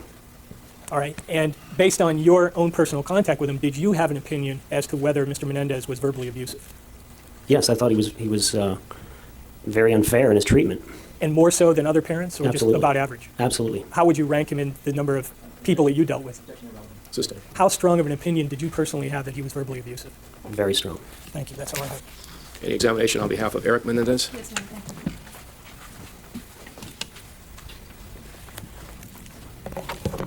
Mr. Curtin, when you first began coaching Lyle, he was about 10 years old, That's right. and that was in 1978. That's right. Did you meet his brother Eric Menendez at the time you first began coaching Lyle in 1978? It was a little bit later than that. Do you recall if it was the same year? Yes, it was. Okay. And Eric at that time was approximately 7 years old? Yes. And did you, at some point after meeting Eric, begin to coach him as well? No, not on a regular basis. I maybe hit with him a couple of times is all. Okay. Did you see Eric on a regular basis in connection with your coaching of Lyle? Yes. Okay. Now, you told us that Mr. Menendez, when you first started coaching Lyle, had told you that he wanted to make sure that Lyle was ranked. Yes. Okay. Did Mr. Menendez seem to have the same expectations for Eric? Yes. Now, when you first became acquainted with the Menendez family, they were living in a house in Pennington. That's right. Okay, and this was a house that had a tennis court. Yes. And was this also a house that was on a lake? Yes, it was. Okay. And did you go to the house during the summer to coach Lyle? Yes. And when you went to the house during the summer to coach Lyle, did you also see Eric at that time? Yes. Would he also be playing tennis at the home during the summer? Yes. Now, based on, and you continued to coach Lyle for 3 years. Yes. And during that 3 years, did you also have continuous contact with his brother Eric? Yes, because he came to the club as well. Okay. And did Eric himself receive coaching at the tennis club? Yes. And that was on a regular basis too? Yes. Did it appear to you, Mr. Curtin, when you first had contact with Eric, that he was being pushed into playing tennis? Objection, false speculation. Sustained. You've been a coach for 20 years, correct? Yes. And during your 20 years as a coach, have you had occasion to see children who began to play tennis because they wanted to, and children who began to play tennis because their parents wanted them to? Objection irrelevant. Sustained. Did you ever, in your experience with Eric, see any behavior which to you indicated that he perhaps did not want to play tennis or was reluctant to play tennis? Objection, false speculation. Sustained. What is a tennis parent, Mr. Curtin? It's, in my opinion, someone that would like to give their kids the opportunity to take up a great game. Okay. And are there different types of tennis parents? Yes. Do tennis parents range from very pushy parents to more benign? Objection irrelevant. Sustained. Okay. Would you describe Jose Menendez as a tennis parent? He was very demanding and very, very driven. Okay. And in terms of the parents that you have encountered over your 20 years of coaching, how would you rank Jose Menendez? Objection irrelevant. Sustained. Did you ever encounter another parent who was as aggressive and demanding as Jose Menendez during your 20 years as a coach? Objection irrelevant. Sustained. When you say that Jose Menendez was aggressive and demanding, what do you mean? It's in regard to Objection misstates the evidence. Demanding and driven. Sustained. Okay. When you said that Jose was demanding, what do you mean? his methods. We took tennis lessons in the rain. I would see Lyle at 6 o'clock in the morning at our club practicing before school. There was one instance at least that I saw Lyle leaving the club at 11 o'clock at night that he and Mr. Menendez were working out on the court. I thought that was strange. I said, leaving already, sort of in a sarcastic way. All right, the objection is sustained. As far as the portion of the answer, thought it was strange, everything thereafter. The rest of the answer will stand. All right, so one of the things is you saw them leaving at 11 o'clock at night after having played tennis for a long period of time. Yes. And what about Mr. Menendez leads you to describe him as driven? The amount of hours per week that the boys played and practiced, the amount of coaches they had at the same time. When I was working with Lyle, he had several coaches. Let me ask you about Lyle having several coaches. Is that usual or customary for a student to have several coaches at the same time? No. Objection irrelevant. Over, yes, we'll say. Okay. And is there a reason why it is not customary for a student to have several coaches at the same time? Objection, cause of speculation. Overall. Would you repeat that, please? I'm Is sorry. there a reason why it's not the usual practice for one student to have a number of coaches at the same time? Yes, there's several reasons. One, it's very confusing for the student because teachers have different styles and different methods. It's also not necessary for a 10 or 11-year-old to have several different coaches. And thirdly, you don't develop a bonding. I mean, the student-teacher relationship that is very valuable with a coach and a student. And during the 3 years that you coached Lyle, did you in fact develop a bonding with him based on your relationship as student and coach? No. And is a bonding between a student and coach something that is desirable in terms of the student's ability to become a better tennis player and to learn? I think so. Now, let me ask you about the amount of hours that Lyle worked a week, because you mentioned that. How many hours a week did you work with Lyle? Normally twice a week, which is 2 hours. Okay, and you were aware that he had other coaches and was working with other coaches? Yes. And did you see him working with other coaches at the tennis club? No, I did not. Okay. How were you aware that he was working a number of hours a week?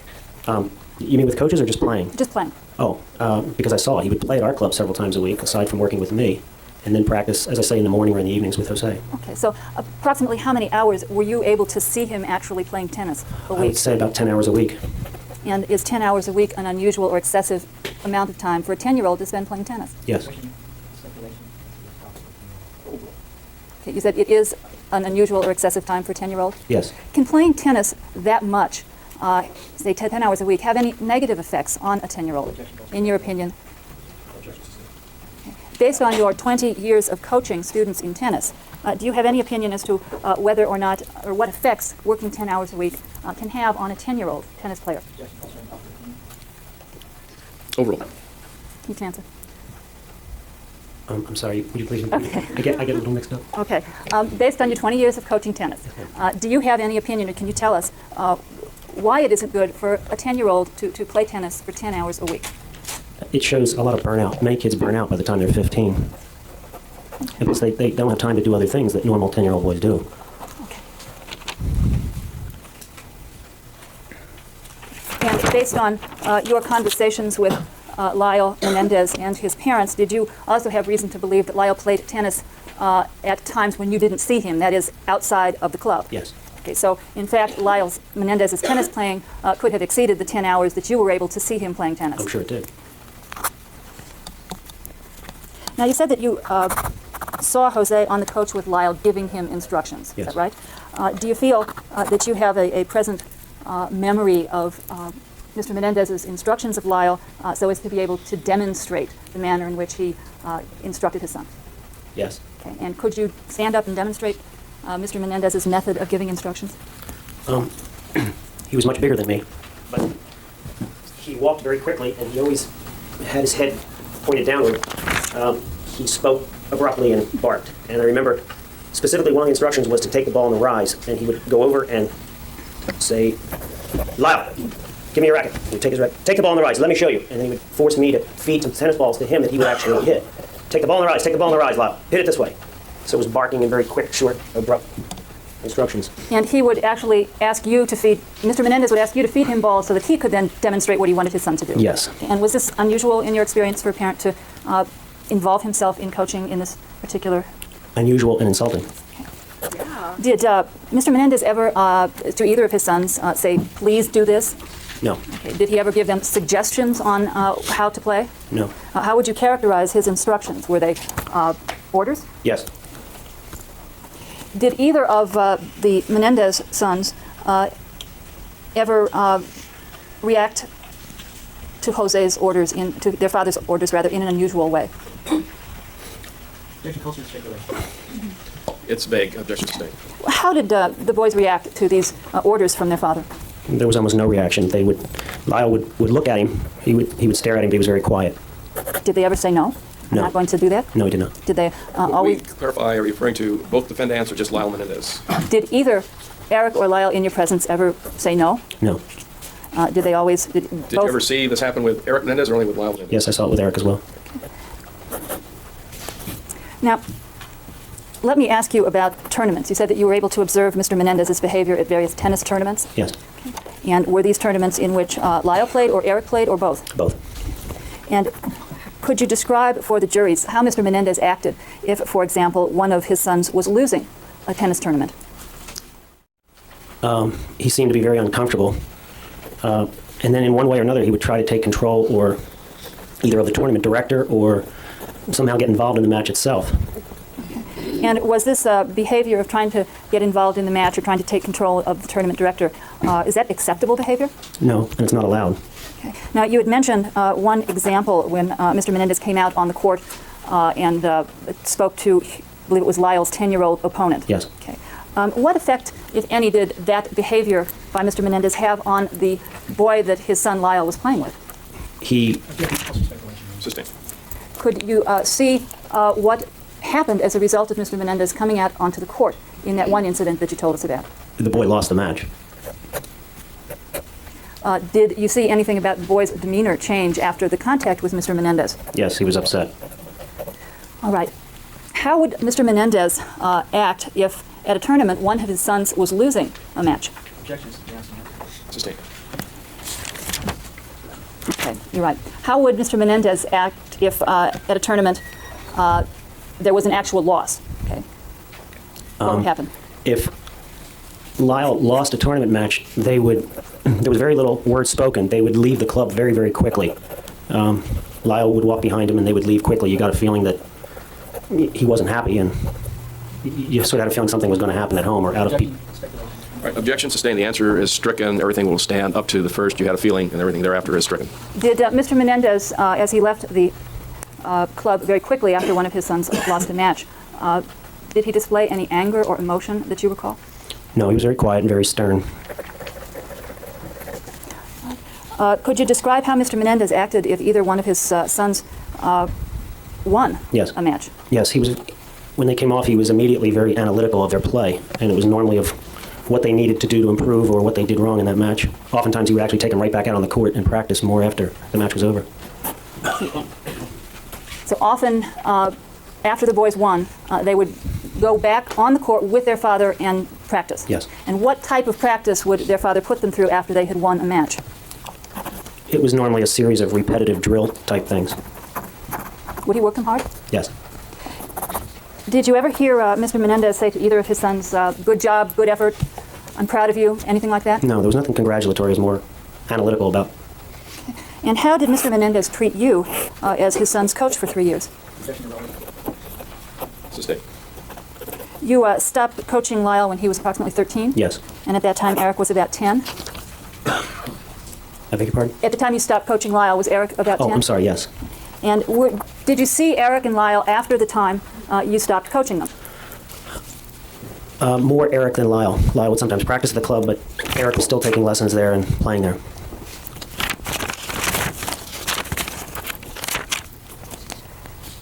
Was there ever an incident that you remember occurring with Eric when he was playing when he was about 14 or 15 years old? Yes.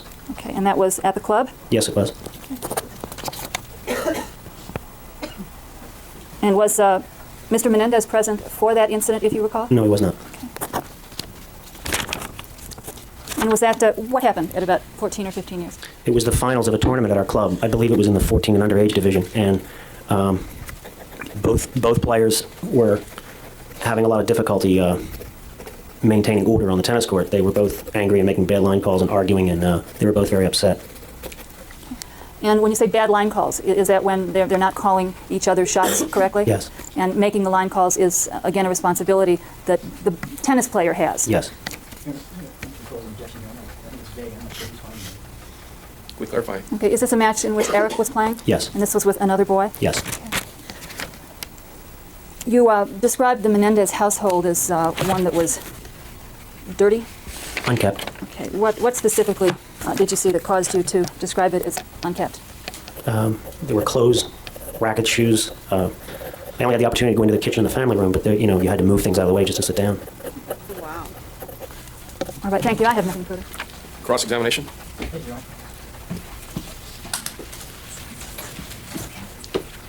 Mr. Curtin, did you practice your Jose Menendez imitation? Did I Did practice? you practice that? No, but I can remember it. You remember that? Well, getting back to the practice that you put Lyle Menendez through. Yes. You say that you coached him two hours per week? Yes. And that he would practice about 10 hours that you knew of per week? Yes. Now, is there a ranking system on a state or national basis for 10-year-olds? No longer. Was there then in 1978? Yes. And in fact, in order to be ranked, I would assume that you would have to, the player would have to put in a lot of time in practice. Would that be fair to say? Yes. So if a person was ranked, what would you expect him to put in as far as practice time? I would say 3 hours a week. 3 hours a week? They normally would take a lesson What's normal is they might participate in a junior program where it's a group situation, and then they might play a practice match, which is For a child Eric's age, you said Eric, right? It doesn't matter. Either one of them. For children, their ages, they're only 2 years apart. Um, they should only be practicing 3 hours a week versus this guy was hired for 10 hours a week. The other guy was hired for 20 hours a week. We know there was other coaching going on as well. And we also know that every waking hour, these boys lived and breathed tennis or swimming. We'll hear from the swim coach next. But apparently, it's wake up, go to the club at 6 a.m., play some tennis, go to school, come home, go back to the club or play in your own tennis court on your property and play tennis until you can't stand up anymore and it's bedtime. He said that they would stay to the club till 11 o'clock at night. That's ridiculous. The boys shouldn't even be up at that time. They should be in bed. I don't understand. Do kids not go to bed early anymore? When I was a kid, I always had to go to bed early. Why are kids always up and not going to bed early? I don't understand. Anyways, all right. So we are now on cross again with this coach. What's his name? Curtis William. William Curtin. Sorry, Curtin. typical. And you coached Lyle Menendez for 2 hours, correct? Yes, on 2 separate days. So that'd be 4 hours? No, I'm sorry, 1 hour at a time on 2 separate days. And were both of those at the club? In the winter months, yes. In the summer months, it was at their home. So you didn't spend much time there, At the home? or at either place with Lyle Menendez? At the tennis club, I'm there 15 hours a day. Okay. But specifically coaching Eric or Lyle Menendez was 2 hours. Yes. So in the summertime, you'd spend a total of 2 hours per week at the home. Well, in most cases, I would spend a little more time because I would talk with Kitty afterwards, or we're sitting and have lunch. And sometimes I got there and the kids weren't around at the hour I was supposed to be coaching. Would you chat with Kitty Menendez? Yes. You indicated that she was nice and she would make you lunch? Yes. When you talked about the house, that it was messy, you said that there was clothes laying around and tennis rackets and tennis shoes? Yes. Would that be the defendant's clothes, their tennis rackets, their clothes? It was both. It seemed to be adult clothes. There were dishes all over the kitchen. It was very unkept. Yeah, but the major mess was this tennis clothing that was strewn about. Did they just have maid service and they're like, oh, the maid will get it or something? Like they just throw their crap everywhere and they're like, oh, the help will clean it up. Don't worry. Just throw your stuff wherever. Overruled. It was a variety of things. There were toys, there were tennis clothes, there were just a variety of things throughout the house. There were also toys? Yes. Did you believe those toys to be the defendants or the parents? I assume they were the defendants. Okay. And they were just thrown out around the house? Just laying around? Just some things lying around. Were the defendants pretty messy? Objection, Your Honor. Counsel speculation. If the defendants were messy, it's because their parents were messy. Because you just heard it was both parents and kids, and parents take after what their, or I'm sorry, kids take after what they see their parents doing, and voila, now you have both messy adults and messy kids because parents didn't teach the kids to put their stuff away, and they don't put their own stuff away.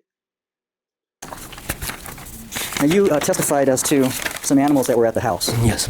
Now, you indicated that Mr. Menendez was very demanding and he barked his orders to his sons. Is that correct? Yes.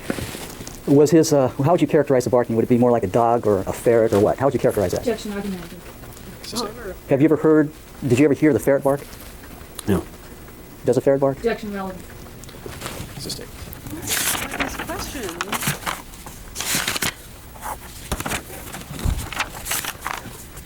I have nothing further this time, Your Honor. Anything else? Redirect by Lyle Menendez. Mr. Curtin, you said that there is no longer a ranking system for 10-year-olds. That's right. 10-year-olds. Is there That's some right. reason for that? Yes, because the USTA, which is the United States Tennis Association, has recognized that the demands on kids of that age group are very difficult, and there's been a track record of burnout as the kids get to be 15 and 16 years old. And when did that policy change? About 2 years ago.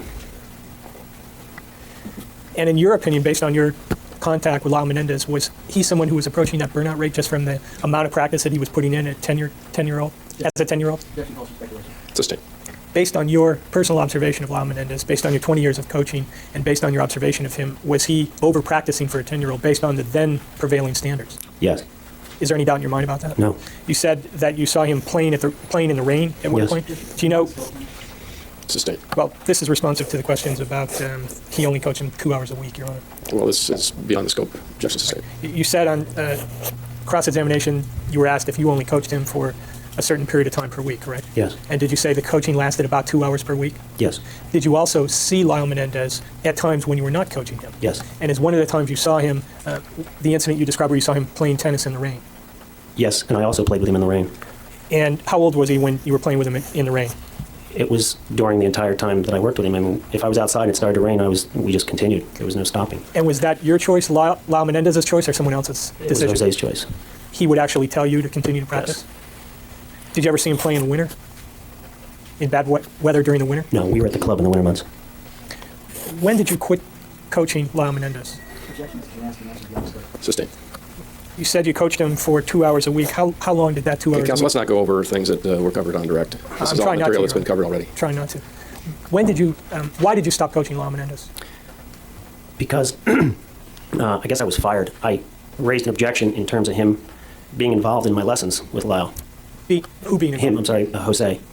And I said, you're paying me to coach, let me coach, and you be the parent and I'll be the coach. I said, you have to make a decision. You either let me coach him or you coach him. And he said, fine, I'll coach him, and he left. Was winning very important to Jose Menendez? Is that why they were going through so many coaches and trying to, fish for all these other coaches that would do what Jose wanted? It appears to me that that's what they were doing. And when a coach would say, I've had enough, they would finally say, I coach him or you coach him, because that seems to be the theme now. And Jose says, oh, I'll coach him then. And then he just finds another coach. Yes. Was it all important? Objection calls for speculation. Sustained. Did Mr. Menendez ever indicate to you how important winning was to him? Objection. All speakers say it's not so. It's Sustained. not offered for its truth. Objection sustained. It's offered to show a state of mind. Objection sustained. Did you ever observe Jose Menendez in a situation where you personally observed him and in a situation where it indicated to you that he thought winning was all important? Objection calls for speculation beyond the scope of Sustained on the first ground. Did you ever see Jose Menendez himself play in a competitive situation? Yes, I did. objection. Irrelevant. Sustained on the basis that's beyond the scope.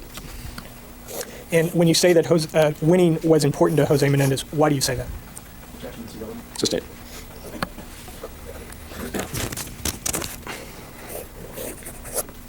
I believe that's all I have. All right, anything else? No, thank you. All right, thank you. You may step down. You're excused.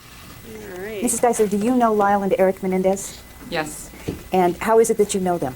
I was their lifeguard at Beatonsburg Country Club in Skillman, New Jersey, the summers of 1980 and 1981. And if they were born in 68 and 70 respectively, that would have made them 9 and 10 and 12 and 13 on those summers. Does that sound about As you can see, this is the swim coach, Meredith Geisler. I think I'm saying that right. Swim coach. This is direct with Eric's attorney, I believe. So he must have been the one taking the swim lessons. I don't know if she did Lyle's too. Let me back up just a second. Whoops, too far. And how is it that you know them? I was their lifeguard at Beatonsburg Country Club in Skillman, New Jersey, the summers of 1980 and 1981. And if they were born in 68 and 70 respectively, that would have made them 9 and 10 and 12 and 13 on those summers. Does that sound about right? Yes, it does. And where were you a lifeguard? I was a lifeguard at Beatonsburg Country Club, which was in Skillman, New Jersey. And what type of a country club is this? Is it fairly small where you know everybody, or huge? No, it was a, I don't know the numbers of members, but it was, I would say, a relatively small club, but a club that you got to know most of the families and the children that came to the pool every day. And did most of the people seem to come from the immediate area and the kids went to the same schools? Yeah, I would say that it's in the Princeton area, so most of the families were from Skillman, Princeton, Hopewell, and that general vicinity, and all the schools in those areas drew from basically the same communities.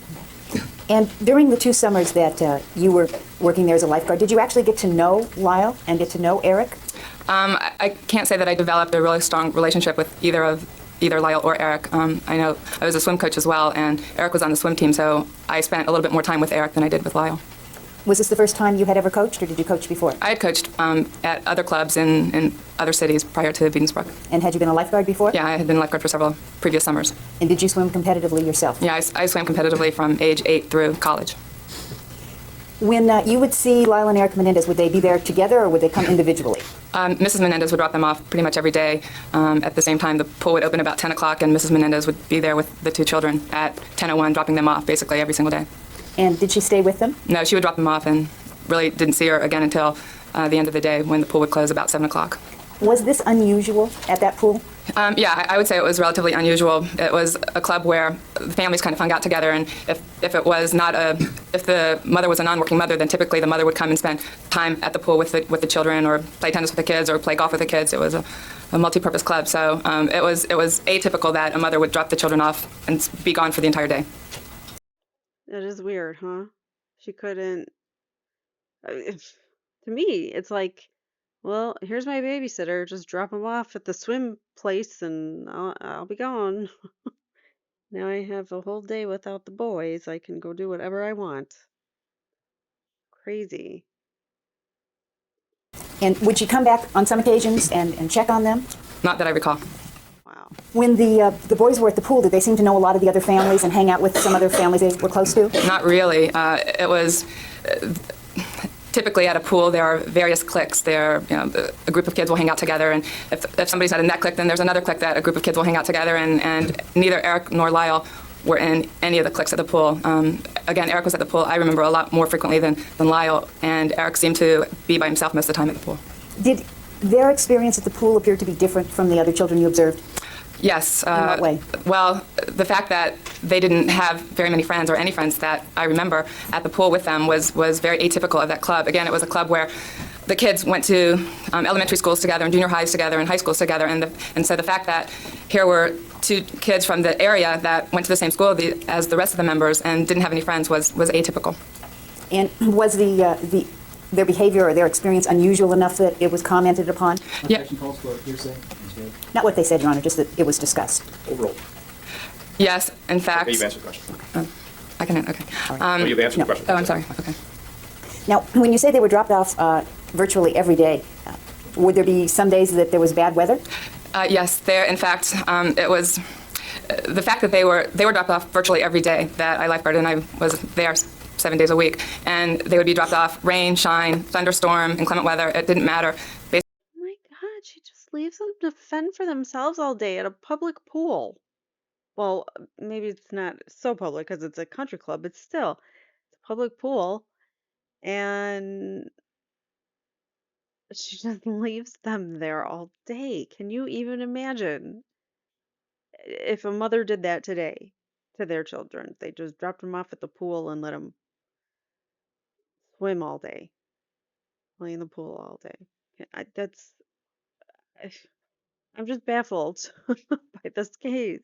Basically, right after the pool opened, they would be dropped off, and oftentimes the pool would be closed until the thunderstorms went away, and they typically would be hanging out in the cabana waiting for Mrs. Menendez to pick them up, and it usually wasn't right away, whereas most other mothers, if they had dropped off their children, would be there right away to pick up the kids.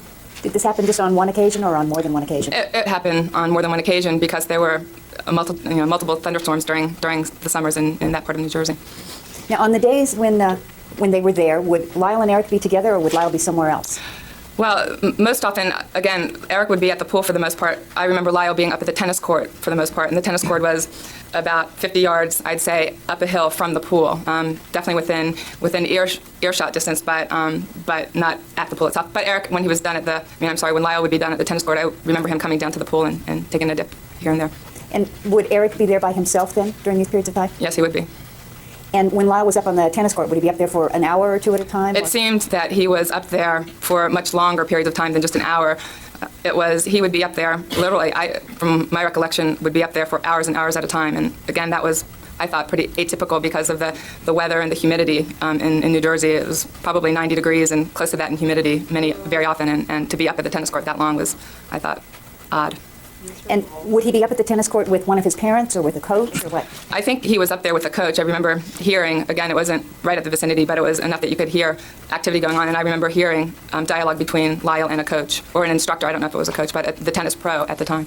And would there be times when his father would show up and play tennis with him? Yeah, I do recall Mr. Menendez being up there and Lyle hitting ball after ball after ball after ball for, again, I don't know the exact length of time because I never really clocked it, but it seemed to be an extraordinary amount of time with Mr. Menendez asking him to hit harder, ball after ball after ball. And did you hear things like good shot or nice work or any sort of positive comments during that? Not to my recollection, no. And was Eric on the swim team? Eric was on the swim team. And you were the coach? I was one of 3 coaches. And how often did the swim team practice? We had practice every afternoon. I think it was about 4:30 to 5:30 or so, every afternoon, Monday through Friday. And were there swimming meets? There were swimming meets about, I'd say, once to twice a week. I don't remember the entire schedule, but there were meets on a weekly basis. And when you had the swimming practice, how long would that last? Swimming practice would last about 45 minutes to an hour. Were the kids tired after it? Yeah, typically it was. We had kids anywhere from age 8 to age probably 13, 14, and it was a pretty strenuous workout, and we were getting them to do probably 1,000 plus, 1,500 yards at a time. And that was a pretty strenuous workout. And would there be times after this workout when Mr. Menendez would show up? Yes, Mr. Menendez would sometimes pick the boys up after he'd get home from work, and he would jump into the pool after swim practice was over because the pool was closed for general swim at that hour. And he would get in the pool to swim laps and would ask Eric to swim laps with him, and this would be right after a practice. Okay, now, would he ask Eric or get in the pool and swim laps with me? Did Eric look happy about this? No, I couldn't say he looked happy. He was relatively exhausted from a swim practice, and then he had to go in and swim more laps. It was nothing that I don't think he ever looked forward to. And how long would the session with his father be? Well, the pool closed at 7, so I would say if practice was 4:30 to 5:30, Mr. Menendez would pick them up maybe around 6, and it would last for about a half an hour or so. And do you remember seeing Mr. Menendez at meets when Yes. Eric was swimming? Yes, I did. Both Mr. and Mrs. Menendez would attend the meets. Mrs. Menendez, we would need volunteers from the members to be officials, to act as officials at the meets. So Mrs. Menendez would be an official, a timer, a judge of some kind, and Mr. Menendez would be there to watch. And was Eric a good swimmer? Eric was a very good swimmer. He was a naturally gifted swimmer. And did he try hard? Yeah, he always tried hard. He was very polite, very hardworking in practice. Always listened to the coaches, and was a very good and hardworking swimmer. When he would swim in these meets, would you see his father do something that struck you as unusual? Yes, unusual enough that it was remarked upon by the other coaches. Objection sustained. The answer is stricken as non-responsive after yes. Okay. And what would you see Mr. Menendez do, which you thought was unusual? Mr. Menendez would be, when Eric would be swimming in a race, he would be running up and down the length of the pool, basically yelling at Eric, who was a breaststroker, to swim harder, and not in a very positive, reinforcing way, but more in a, you're not swimming fast enough way. Now, you commented he was a breaststroker. What's the significance of that? Well, every stroke you come up for a breath, so every time Eric would come up for a breath, he would hear his father yelling, harder, harder, or whatever. I mean, it was whatever his comment was at the moment. But it would be for the length of 25 yards or 50 yards. Every time Eric would come up for a breath, he would see Mr. Menendez running up and down the length of the pool, which was, again, no other parents would be doing that. Now, you've heard parents cheering their kids on, is that correct? Yes. Was this what that behavior was all about, or was it something different? It was different than the kids I had coached before and lifeguarded before. It was much more atypical of this caliber of swimming, of competitive swimming. This was a summer league, summer recreation club, and they were in a summer league competitive swimming situation, and it wasn't by far the most competitive swimming one could participate in. There's much more competitive swimming out there, and to be that... Sustained. Ask your next question. Since it wasn't that competitive, did that make the behavior even more unusual? Yes, because this was really for fun. It wasn't... There were medals and ribbons awarded to the swimmers, but typically it was just a fun atmosphere. It should have been a fun atmosphere for the kids that were participating in it. What would happen to Eric when he got to the end of his lane at the end of the race? Mr. Menendez would usually be waiting for him at the end of his lane, and Eric, I recall, was a pretty lanky and skinny young boy, and Mr. Menendez would basically pull him up with his thumbs in Eric's armpits and take him out of the water, and if he didn't like Eric's performance, he would not really aggressively, but kind of take him out and shake him and say, you didn't swim fast enough, you should be swimming harder. And I have vivid memories of that. Would he do that even when Eric won sometimes? Yeah, I mean, he would do it win, lose, or draw. I mean, Yeah, he did that. Do you ever see any other parents lift their children out of the water like that? No, I would see parents kind of bring them out and hug the kids, whether they came in dead last or won the race. I'd see other parents hug and say, great race, and way to go. And if they didn't win the race, you'll get them next time. And Okay, you've answered the question. And did you ever see Mr. Menendez comfort Eric or congratulate him or say anything positive to him? no, it was more humiliation in front of his competitors and teammates. And how did Eric look when this happened? Very sad, very sad. He would typically just kind of walk away and be very sad about his father's, his father's way. And was Mrs. Menendez around at the time? She would be officiating, and she would have an opportunity to go over there and say good race, but she never did. She was on to her next job at the pool or whatever. She was never there to comfort Eric after Mr. Menendez was tongue lashing him. Would she ever interfere in try to tell Mr. Menendez that it's not the way to treat the boy?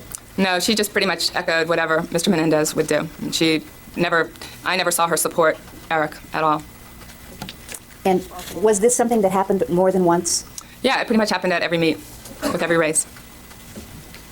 Did you see any sort of affection from either parent? I feel so bad for these boys that have to sit there and listen to this and be reminded of what crappy parents they've had.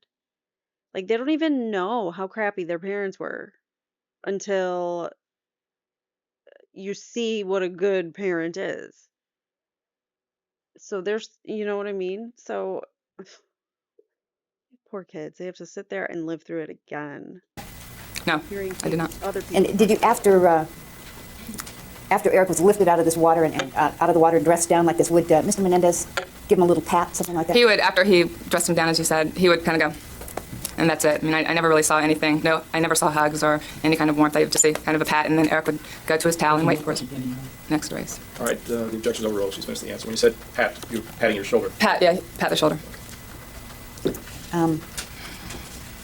Were there parents that you got to know who were taking their children there either for the swim team or just for recreation? Yeah, I mean, Irrelevant. It's foundational, Your Honor, if I may. Overruled. Your answer is yes? yes, there were. And in families like that, if you saw the parents doing something destructive, would you have commented on it? Objection irrelevant. Sustained. Did you ever comment to Mr. Menendez or Mrs. Menendez about their behavior? No, I didn't feel like I was in a position to do that because I was All right, you've answered the question. You said no. Why? because I was a paid employee of the club, and the Menendez were members of the club, and they, in a sense, were paying my salary for the summer. How old were you at the time? I was 20 and 21. How many kids do you think that in the course of your coaching and lifeguarding you got to see interact with their parents? Objection irrelevant. Overruled.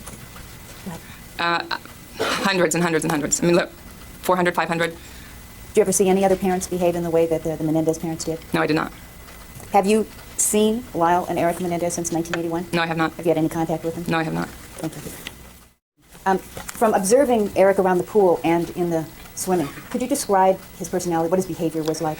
He was lonely. He was a sad, introverted, insecure boy. This is speculation, Your Honor. He was a sad. Wait, hold on a Sorry. second. Objection sustained. The answer is stricken. You can break it down if you like. Okay. What did he look like when he was around the pool? Would he be by himself? He would be by himself. And how did he look? Sad. Lonely. Objection. This is speculation, Your Honor. All right, the objection is overruled. As far as the description sad, as far as lonely, that's stricken as a conclusion. Okay. So he looked sad and he was alone all the time? Is that He was, correct? yes, he was. Did he appear to be shy to you? Objection calls for speculation. Overruled. Yes, he was shy. Thank you. I have nothing further. All right, any other questions on behalf of Eric Menendez? No, Your Honor. This has All right, cross-examination. Thank you, Your Honor.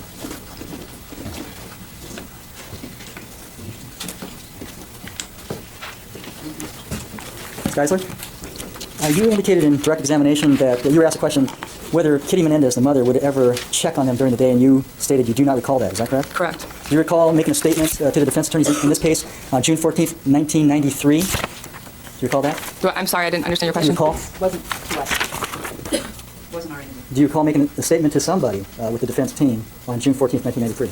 I was interviewed by a investigator, yes, but I don't know that was the date. And didn't you state that Kitty would come by during the day to check on the boys? I don't recall making that statement.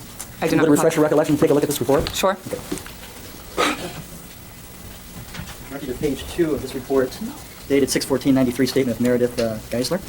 I ask you to take a look at this highlighted section. Okay. I guess I did say Does that. that refresh your present recollection? Yeah. Okay, so Kitty Menendez checked on her sons during the day. Overruled. Very infrequently. Does she recall now? Very infrequently. Okay. Now, you were talking about swim meets, 1 or 2 times a week? One to two swim meets a week, yes. And both parents would be there? Yes. And Mrs. Menendez would be an official? Yes. And Mr. Menendez, would it be fair to say, was very enthusiastic about his son swimming? Objection. Call for conclusion. Sustain. Would he appear to be excited about his son as his son was swimming? Objection. Call for conclusion. Sustain. You've indicated that Mr. Menendez would run up and down the sidelines and exhort him to, Eric Menendez, to swim faster. Is that correct? Yes, he would. When Eric Menendez first came to you in 1980, 1981, he was already a good swimmer, wasn't he? Yes, he was. Did you know that his father had worked with him in swimming? Objection, Your Honor. Susan fact not members. Overruled. You can answer now. No, I did not. In fact, Mr. Menendez, you said that Mrs. Menendez would drop the defendants off in the morning and come to pick them up at 7 o'clock, correct? Basically, when the pool would close. Isn't it true that Jose Menendez would come to the club straight from work and he would swim? Not every day. It was Quite often. on occasion, yes. And he would come straight to work and he would swim laps. Yes, he would. And he'd swim with Eric Menendez, correct? Yes, he would.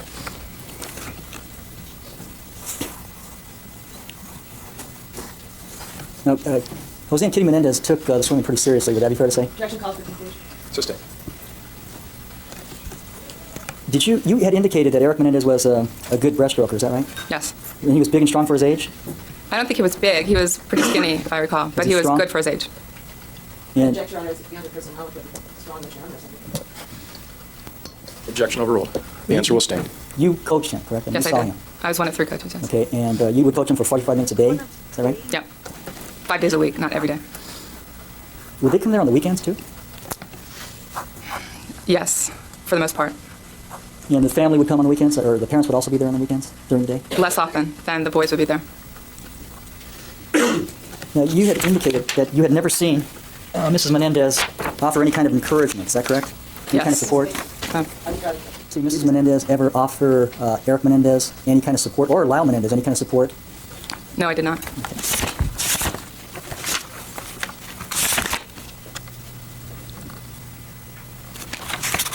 Again, yes, it's page, your pages are numbered, but it's the 4th page, and it's the 2nd line. Now, you had indicated, 4th page, I'm sorry. 2nd line,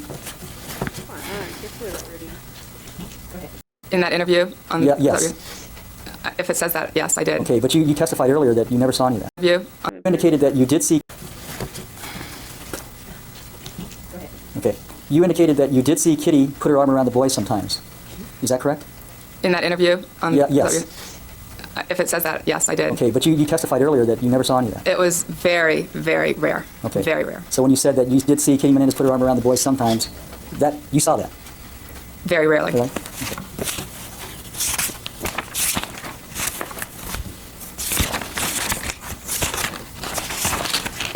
On the shoulder after a meet?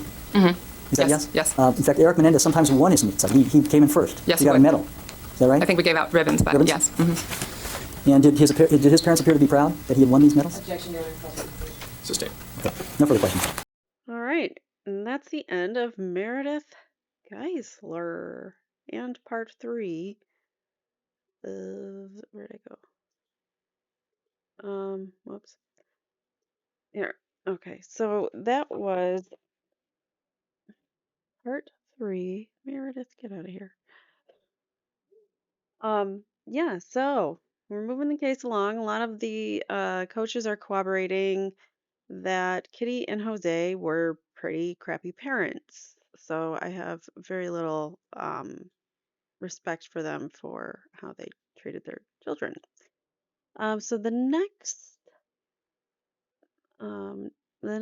part, we're going to hear from a bunch more family members, tennis coaches, soccer coaches, family. So there's a whole bunch of family that we're going to hear from. We're going to start to hear from the Menendez family as well. So that'll be interesting. That will be interesting. And these are the defense witnesses. So the Menendez family, what do they have to say about Jose?